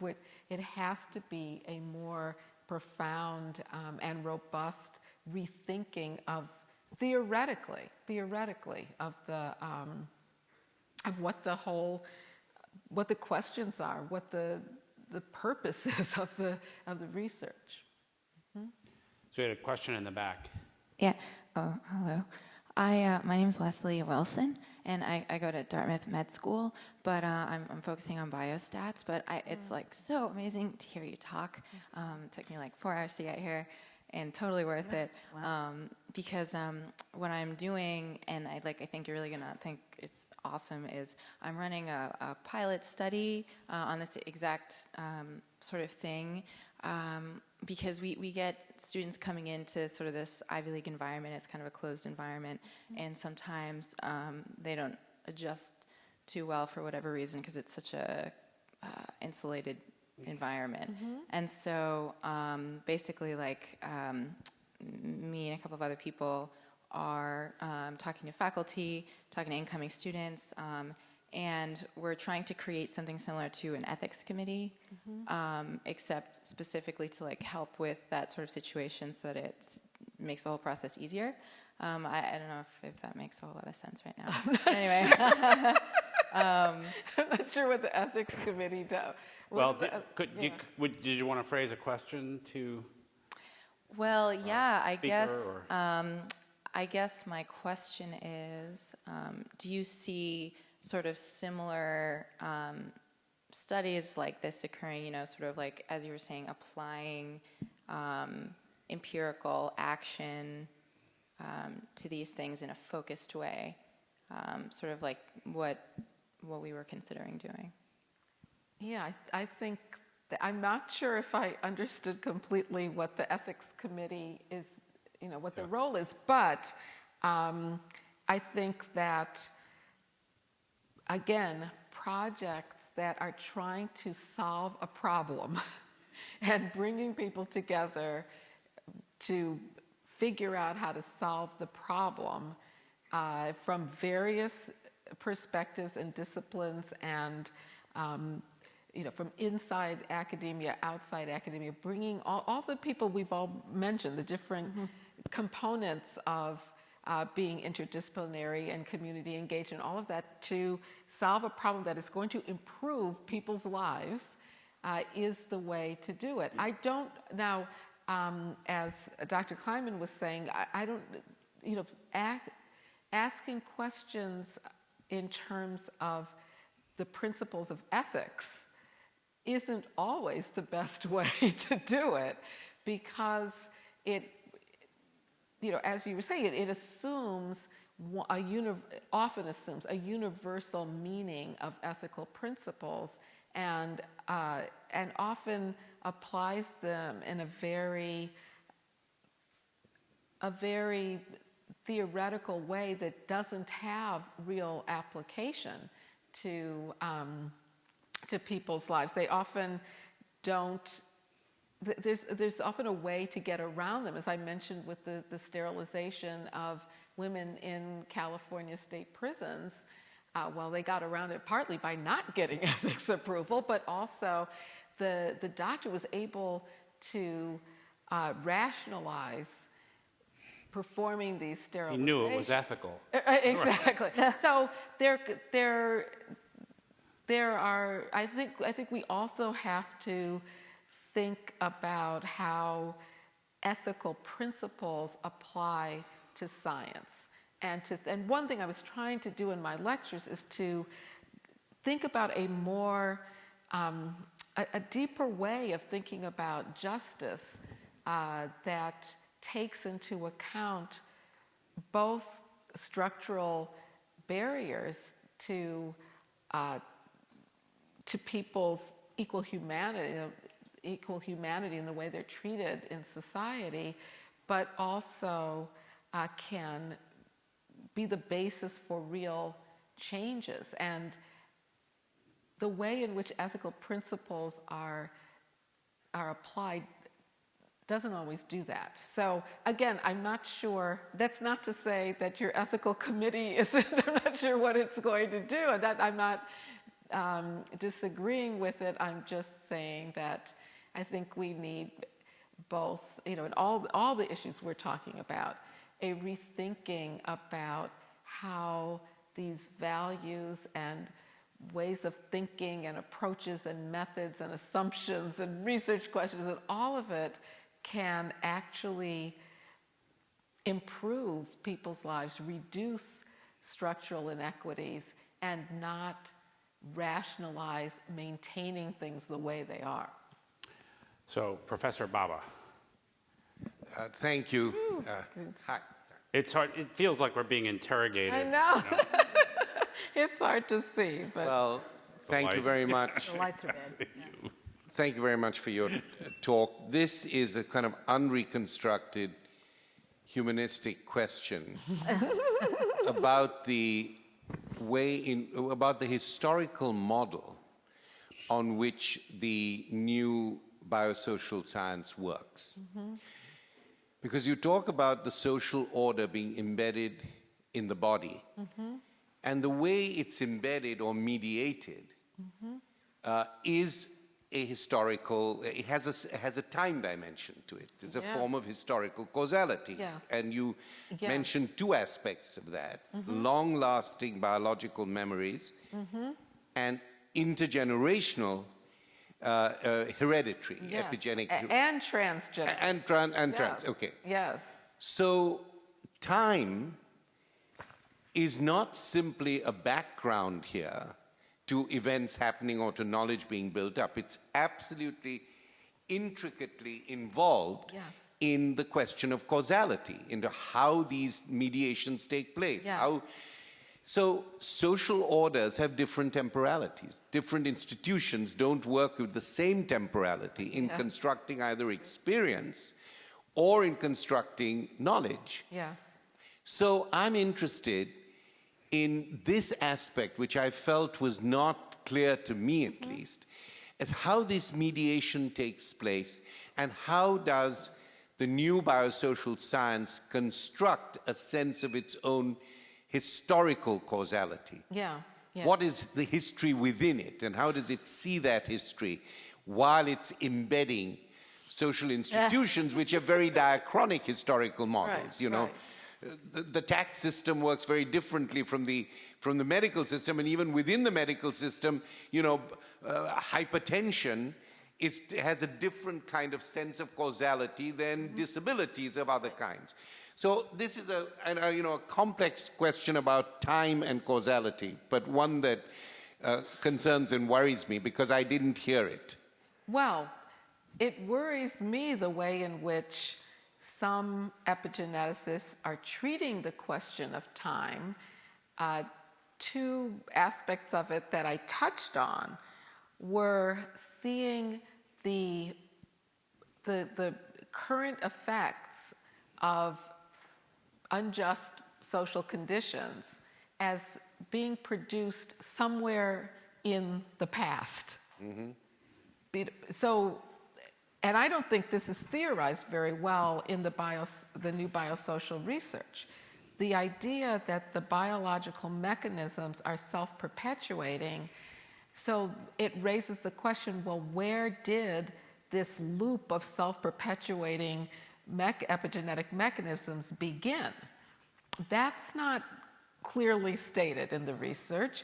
And then, because you could say, if you see the epigenetic markings, where exactly did they start?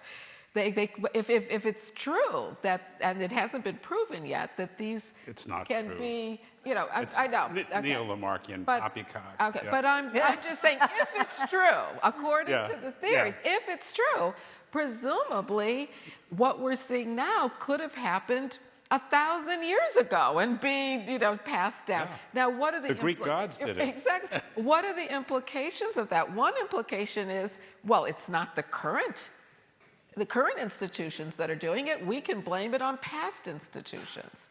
And this, that has obvious effects on how we see what action needs to be taken. That supports the idea that the only way we can intervene is to intervene directly into the mechanism somehow through pharmaceuticals or behavioral interventions to try to alleviate some of these effects, but it takes the focus off of the current ways in which, and the myriad ways, as you're pointing out, there's a lot, this is complicated, there are lots of ways. So that's one. The other is that currently there's only this narrow window to act. And so even the time frame is important, because if you don't intervene in the fetus or in the newborn, then this window of opportunity of plasticity is going to close. Supposedly. And it's supposedly. All this is all a model. That's the point. It's all the way it's being approached. That's why there is the possibility of changing these models. They're just models. So that also has the effect of focusing attention, especially on pregnant women and new mothers, because they're the ones that have control, that some influence over this narrow window of time. Right, the crack baby epidemic was the apotheosis of that. That's why you have to arrest pregnant mothers and incarcerate them. But you see, that was, as I pointed out, that's the old biosocial model. No, If you think about the new biosocial, then incorporates a very similar model because of their view of these time frames that are very, very much apart. That's why I pointed out for some people, the very definition of epigenetics hinges on a view of time. Yeah. Hinges on a view of time. As you asked your question, now this may seem unconnected, but I think it's very much connected. It reminds me of the way in which in the old biosocial science, theories about the way in which separate races evolved hinge on some historical period in human evolution where, after the migration from Africa, so at some point, populations left and settled on different continents. with enough time to evolve into separate races, but before there was any interaction between. So it couldn't have been when there were ways to cross they crossed the ocean, the migration, but for some reason they couldn't have gone back and forth, although we now know they did. There was a migration back from Europe into Africa. But it's this time frame, this period of human evolution. I have yet to read any, I don't know, Pilar, if you know, but I've yet to read any of these accounts that specify when did this happen? And it's just this imaginary period that's so ambiguous. And it's a similar kind of process in these models where there's no specificity to either the events or the time frame that supposedly creates these now self-perpetuating processes of biological deficiency. And that's why I asked the question, because I think the collusion between the old biosocial science and the new biosocial science, one of the measures of that collusion is a shared form of historicism of this kind. Yes. And I think that's why these new vocabularies bring forth old forms of knowledge and somehow hold hands at some point. That's why I actually raised the question. Yes. So, Professor Baba, even through my now nearly incinerated retinas, I see 5 or 6 questions, and it grows late. So how much temporality do we have on our side? I would say you have another 20 minutes Okay. of time. All right. So, Stephen, you've been... Then it's traumatic. Yeah. Very patient.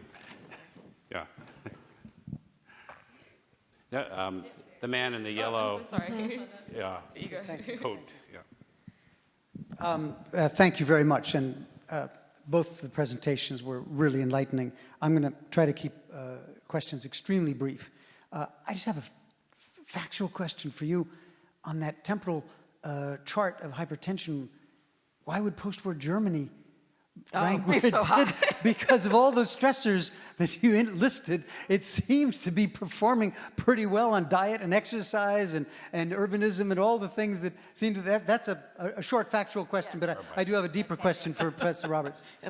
So I don't have a good answer for that, but I think that when we choose not to use knowledge systems that work at that level of international comparison, then that's a question that doesn't get asked. So there's some. Right. So what's going on in Germany to lead to those high levels of hypertension, whether it's fat in the diet or stress or whatever. And then you look but it's a question that doesn't get addressed because we're so focused on this notion that there is this essential hypertension that's some inherent difference between Black Americans and white Americans.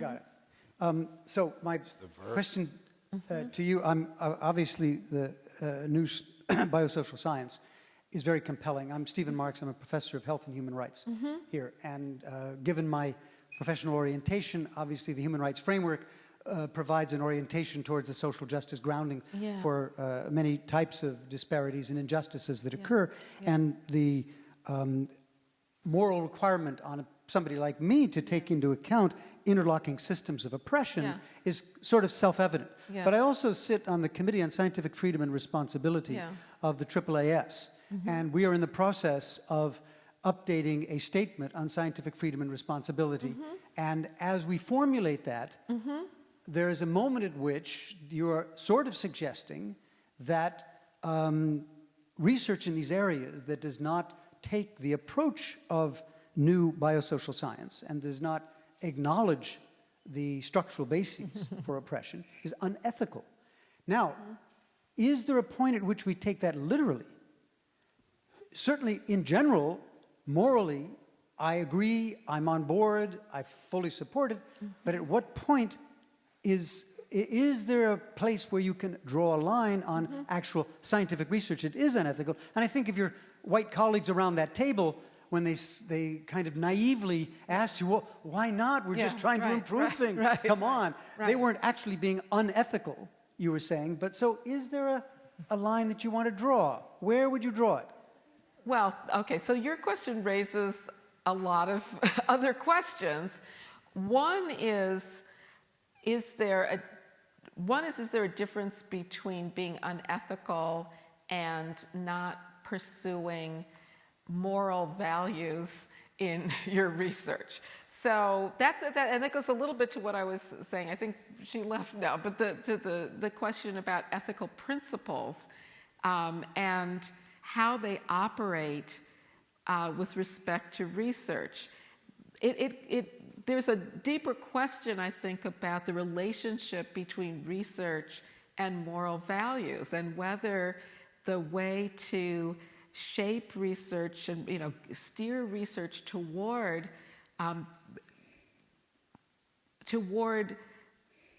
promoting what we think are important moral values. Whoever's deciding this, and the one I focused on was justice. If the way we do that is through a set of ethical principles, or if we do it some other way. So, in other words, I'm not saying that this research violates a set of principles and therefore there should be some consequence.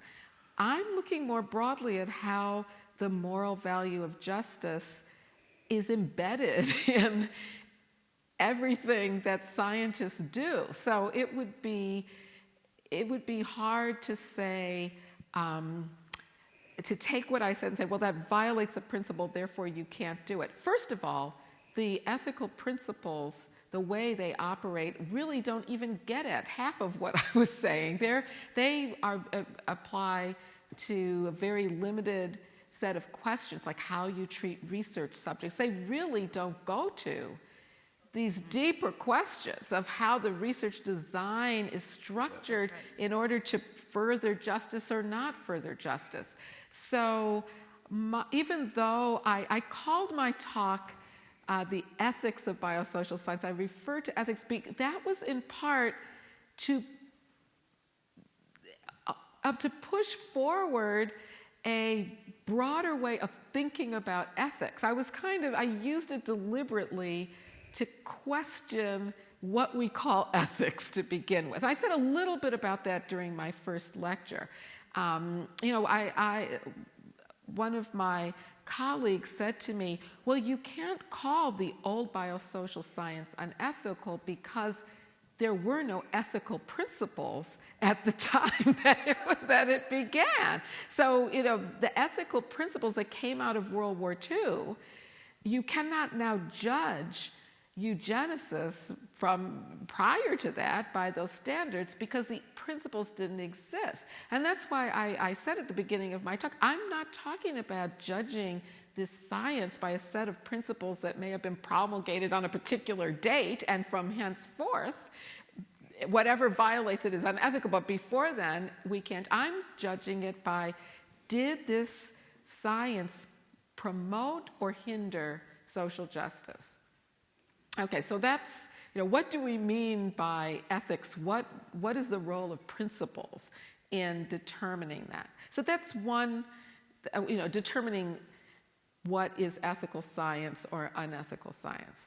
And I was not trying to apply a set of principles to determine whether or not science was unethical, a set written out set of principles. It was more the norm. Okay, but then you raise another question, which is also very knotty. It's the question of, can there be some restriction on science because it's considered to violate some moral norm?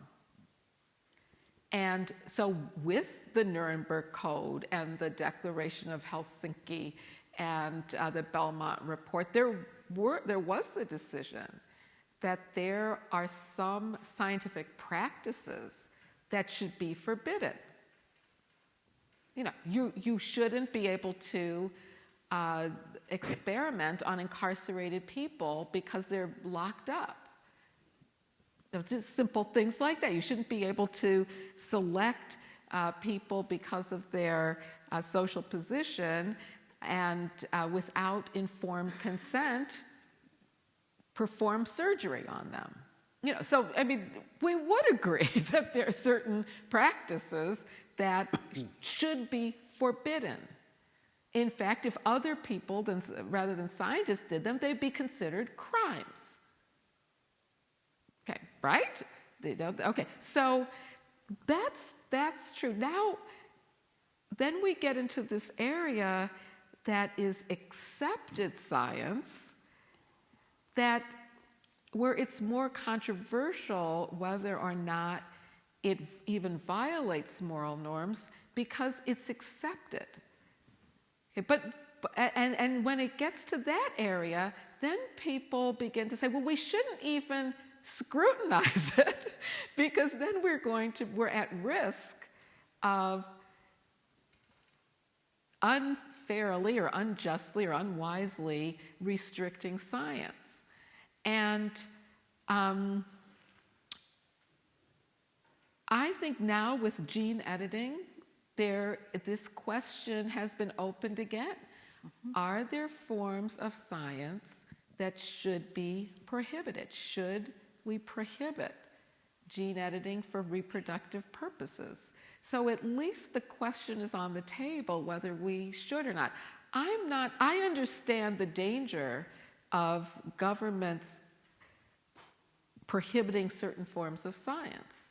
And I think we, in generally, should support freedom of scientists to do their research, but we also have to recognize that scientists have a great influence on the way we think in our society and how we approach important questions like social inequality.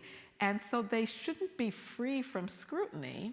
And we also have to recognize that those values are already embedded in science. Plus, we also have to recognize that a lot of public resources go into funding certain types of science and not other types of science. So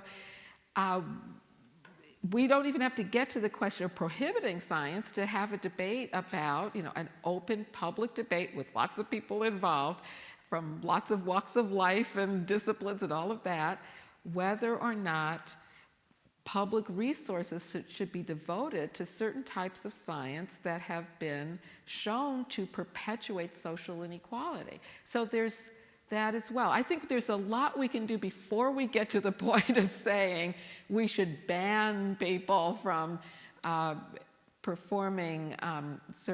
engaging in certain kinds of scientific inquiry, even though we can all agree that there are certain forms that should be prohibited.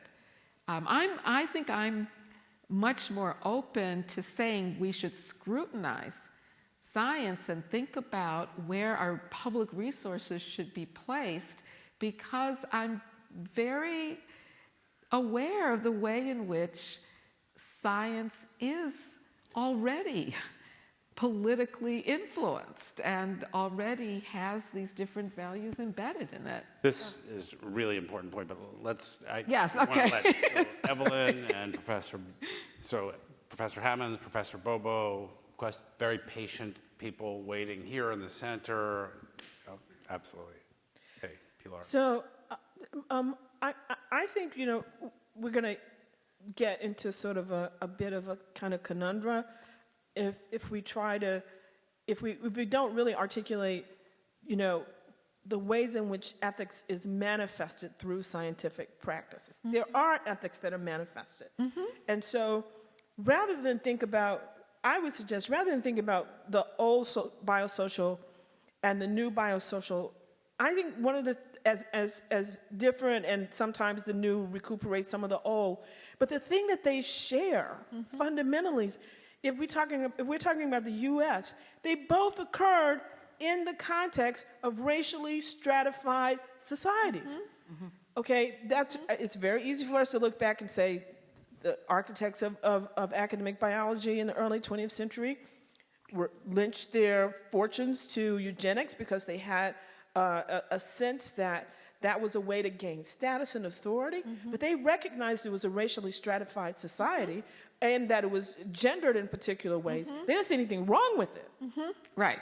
Okay? Right. There are biosocial scientists today who don't think we are still in a racially Right, stratified society. Yeah.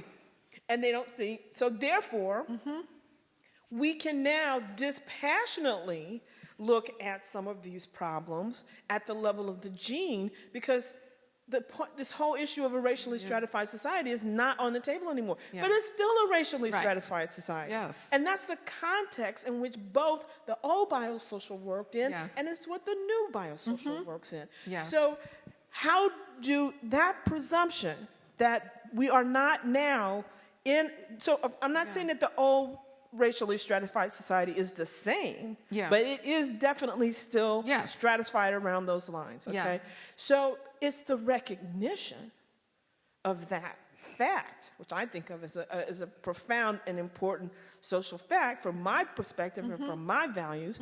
I often encounter scientists who just simply won't acknowledge Yes. that fact. Yeah. We're just editing genes to make people smarter, and who Yeah. wouldn't want their kids to be smarter? Yeah. So it's Yeah. just so disassociated from what, but that's something that somebody could have had a conversation with Davenport. And he would have said, Right. Davenport would have said, you know, right half a block away, he would have said, yeah, that makes sense to me. Yeah. I think we ought to have smarter children, especially smarter white children. That would be great. So you see, Yes. see what I'm saying? That so that there's an ethical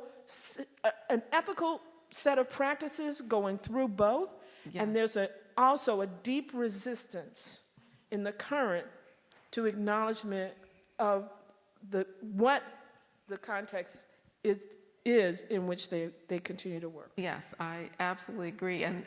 And just again, to quote James Baldwin, they make the reality of racial stratification harder to reach, because not only do they not acknowledge it, but they're proposing theories of why we have these obvious gaps in welfare along racial lines and gender lines and lines of disability and class, all of that, that is actually because of genetic difference. So they're not only not acknowledging it, they're obscuring it as well, which is... All right, I'm getting a 5-minute warning. yes, and that's what I called unethical, because it moves us away from justice rather than toward it.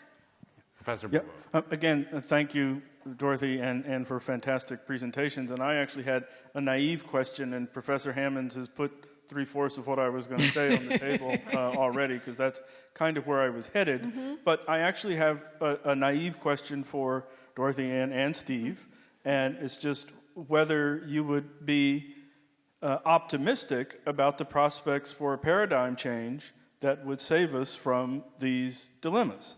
You point to work like Krieger's that shows much greater sophistication in how it grapples with these issues. Dorothy's laid out the ethical problems with the routine practices of interpretation and framing of scientific work. And Steve started off on very much the same note, but given, and now I'll go back to Professor Hammonds, given what we know about entrenched inequalities of power, status, and resources, given what we also know about the power of the quick journalistic narrative for characterization of social problems, where a biological diagnosis will trump every other cognitively complicated sociological analysis of the problem.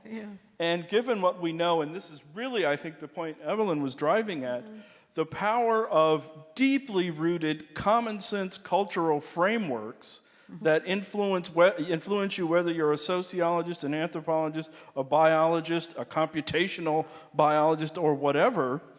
Are you hopeful? Are you willing to prognosticate that we will get to the kind of paradigm shift, short of imposing a rule that says this kind of theoretical interpretation is ethically unwarranted, that gets this change to come about? But that rule's not going to I mean, even the preface to your final point would say the last thing that's going to happen is that rule. That's So the last thing we that's have to gonna be happen. careful about such rules because I think Yeah. your committee exists worrying about totalitarian governments to some degree, right? Deciding what science can and can't be done. To some degree, these other issues, broader. But you know, you should have invited Thomas Kuhn to this party as well, right? I'm very pessimistic because of the way entrenched patterns of scientific thinking occur, and I'm pessimistic about many things in the life sciences that have nothing to do with justice. Yeah. And I tried an experiment when I was NIMH director that was extremely unpopular, and I think it was ended when I left, which was to think not about coming up with a rule about what is ethical, because you know you could have a war between a neo-Kantian and a situational ethicist, but rather the rule was in human subjects research, in applied human subjects research, which I think this would count as. We would invite to the grant review study sections, you know, patients where it was a disease, or you know, parents and dealing with clinical trials of drugs in children, and one could imagine enforcing this on Dorothy, inviting Dorothy to every study section. Please stop. Not to you know, not to talk about the merit of the precise statistical test, but is this an important question? Yeah. Yeah. What have you missed? What the patients Right. told is really interesting. What the patients told us is it's really great, and that you have these efficient scales that measure symptom reduction. We don't care. What we would like you to measure is whether I will be able to go back to work or school, or whether my kid is going to do okay in school and have friends. But you know, because of the pressures of efficiency and history, we stuck with these symptom scales. I think it's even harder in these areas of justice. But I would suggest at least thinking about a role, again, not in judging the narrow technical merit, but the importance of the problem for federal funding of when there are disadvantaged populations being studied, that there be a voice literally in the grant review. And again, it'd be very unpopular, but I think that does not interfere with academic freedom. Right, it's simply a voice. Right. Right. Yeah, I think that's so important in order to question the underlying seemingly universal kinds of values that many scientists have in their studies, or in the very question of what's important to study. Again, gene editing shows this very clearly, that there's this idea that when you think about the ethics of it, this idea that, well, it will promote human flourishing. What is human flourishing? There's not a universal idea about it. But let me just say something also to Larry, the reason why you can see I'm very pessimistic, but why? No, I'm pessimistic. Well, look what I said it would take. Having black science fiction writers read by biosocial scientists. So, you know, I'm optimistic if that happens. You have a temperamentally optimistic pessimist. Exactly.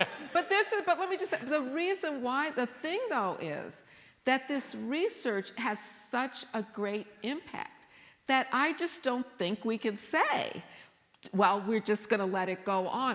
Believe me, I thought of that many times. Just let them do what they want to do. I'm going to work with, you know, activists on social justice. But what they're doing has an impact on the resources, the way that we can, even the thinking of people we want to galvanize, to agitate for more social justice. So I just don't think we can say that. To me, it's not a matter of being pessimistic or optimistic. If I was pessimistic, I wouldn't be doing, or if I wasn't optimistic, maybe foolishly optimistic, I wouldn't be doing any of the work I do. Any of it. You've got to have some hope. Otherwise, you Yeah, know, what do we, we- we're so- going to move to another Sarah, country. with all due respect to your wonderful sign saying we're out of time, we have two hyper-patient people right here in the center, and I'm wondering whether you, sir, and then you, ma'am, could just ask your questions, and we'll see whether we can Okay, get it done. And I apologize to My name is everybody Richard else. Cash. I'm at the Harvard School of Public Health. I work in infectious diseases and research ethics. I want to agree. My question is about the academy. I agree fully with Arthur that we do multidisciplinary. If we do that, we don't do interdisciplinary work. And I agree with you that we really need to solve problems, that's where it's at, and that we need to do much more in terms of international cooperation. I wonder, and you asked this question yesterday, is the academy the place to do this? Have we cut the bologna in such thin slices that we make it extremely difficult to collaborate, to work together, because every group has its own agenda? So that's the question I would like to ask. Okay, and last question. So- Naomi Sheeman, and this is coming from a philosophical direction, or critical, feminist, critical race theory. I find that the discussion's been going on the last, I don't know how long, about how deeply embedded ethics, morality, politics are in scientific practice, and the need to be explicit about that. I'm wondering whether you think that that situation, the need to recognize that and the resistance to recognizing that, is mirrored by a way of thinking about what causality is, and partly the dangers of scientism. That is, something becomes properly scientific when meaning is written out of the picture. And that it seems to me so deep to how science got established as a way of thinking about the world, is it's a meaning-free zone. And that's one of the reasons why I think Anne's example of essential hypertension was so striking, among other reasons, is that it shows that the causality operates through the meaning. And that you don't understand the causal mechanisms if you write the meaning out of it, if you write the politics out of it, if you write the morality out of it, you lose the causation. And for me, that's the deepest lesson of what social constructionism is about. I mean, it's why, and Anne's work is so exemplary in this, the sex-gender distinction broke down as a sharp distinction, where sex was, there's no meaning there. It's just these causal things. The meaning only comes in with gender. And that her work and others showed why that doesn't work. And to sort of, what if we began to try to wrap our minds around, as physicists like Karen Barad are trying to do, that maybe it's meaning all the way down. And that in order to do proper science, we don't have to write meaning, morality, significance out of the equation. So two simple questions. Is the Academy superannuated because we went into the salami slicer long ago? And how does meaning engage causal mechanism? But see, I think both the second point, I think, relates to the first, which is, and to Larry Bobo's question as well, which is that, yes, there are these profound problems with the very way we think, scientists think about how the world works. It's not just adding a different variable here or there. There are these deep problems with how meaning causes outcomes, rather than just the stripped down variables causing them. There are deep problems with even thinking in categories, not just certain categories like race and sex, but categories themselves.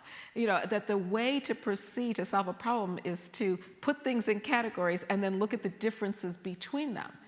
Which in our racially stratified society and patriarchal society and classist and ableist society, all ends up pathologizing people who are socially devalued. So those are really profound things that make it even harder to, you know, to be even more optimistic. So, but the fact that you can say that, you know, there are scientists working on other ways of thinking about this, that we could imagine a different kind of science. Shouldn't we be doing that? I mean, even if it seems impossible, we have to do that. Otherwise, and of course, we're not going to achieve it, but maybe 5 generations from now, if we start to get our students to think about this, if we engage with people As long as it's not outside the academy. epigenetic. That's, Exactly. Well, that's the, I think on that uplifting note, I have to be optimistic about it. Otherwise, what are we So thank you for conducting an amazing seminar in the weirdest setting in history. It was brilliant. Thank you so much. Thanks.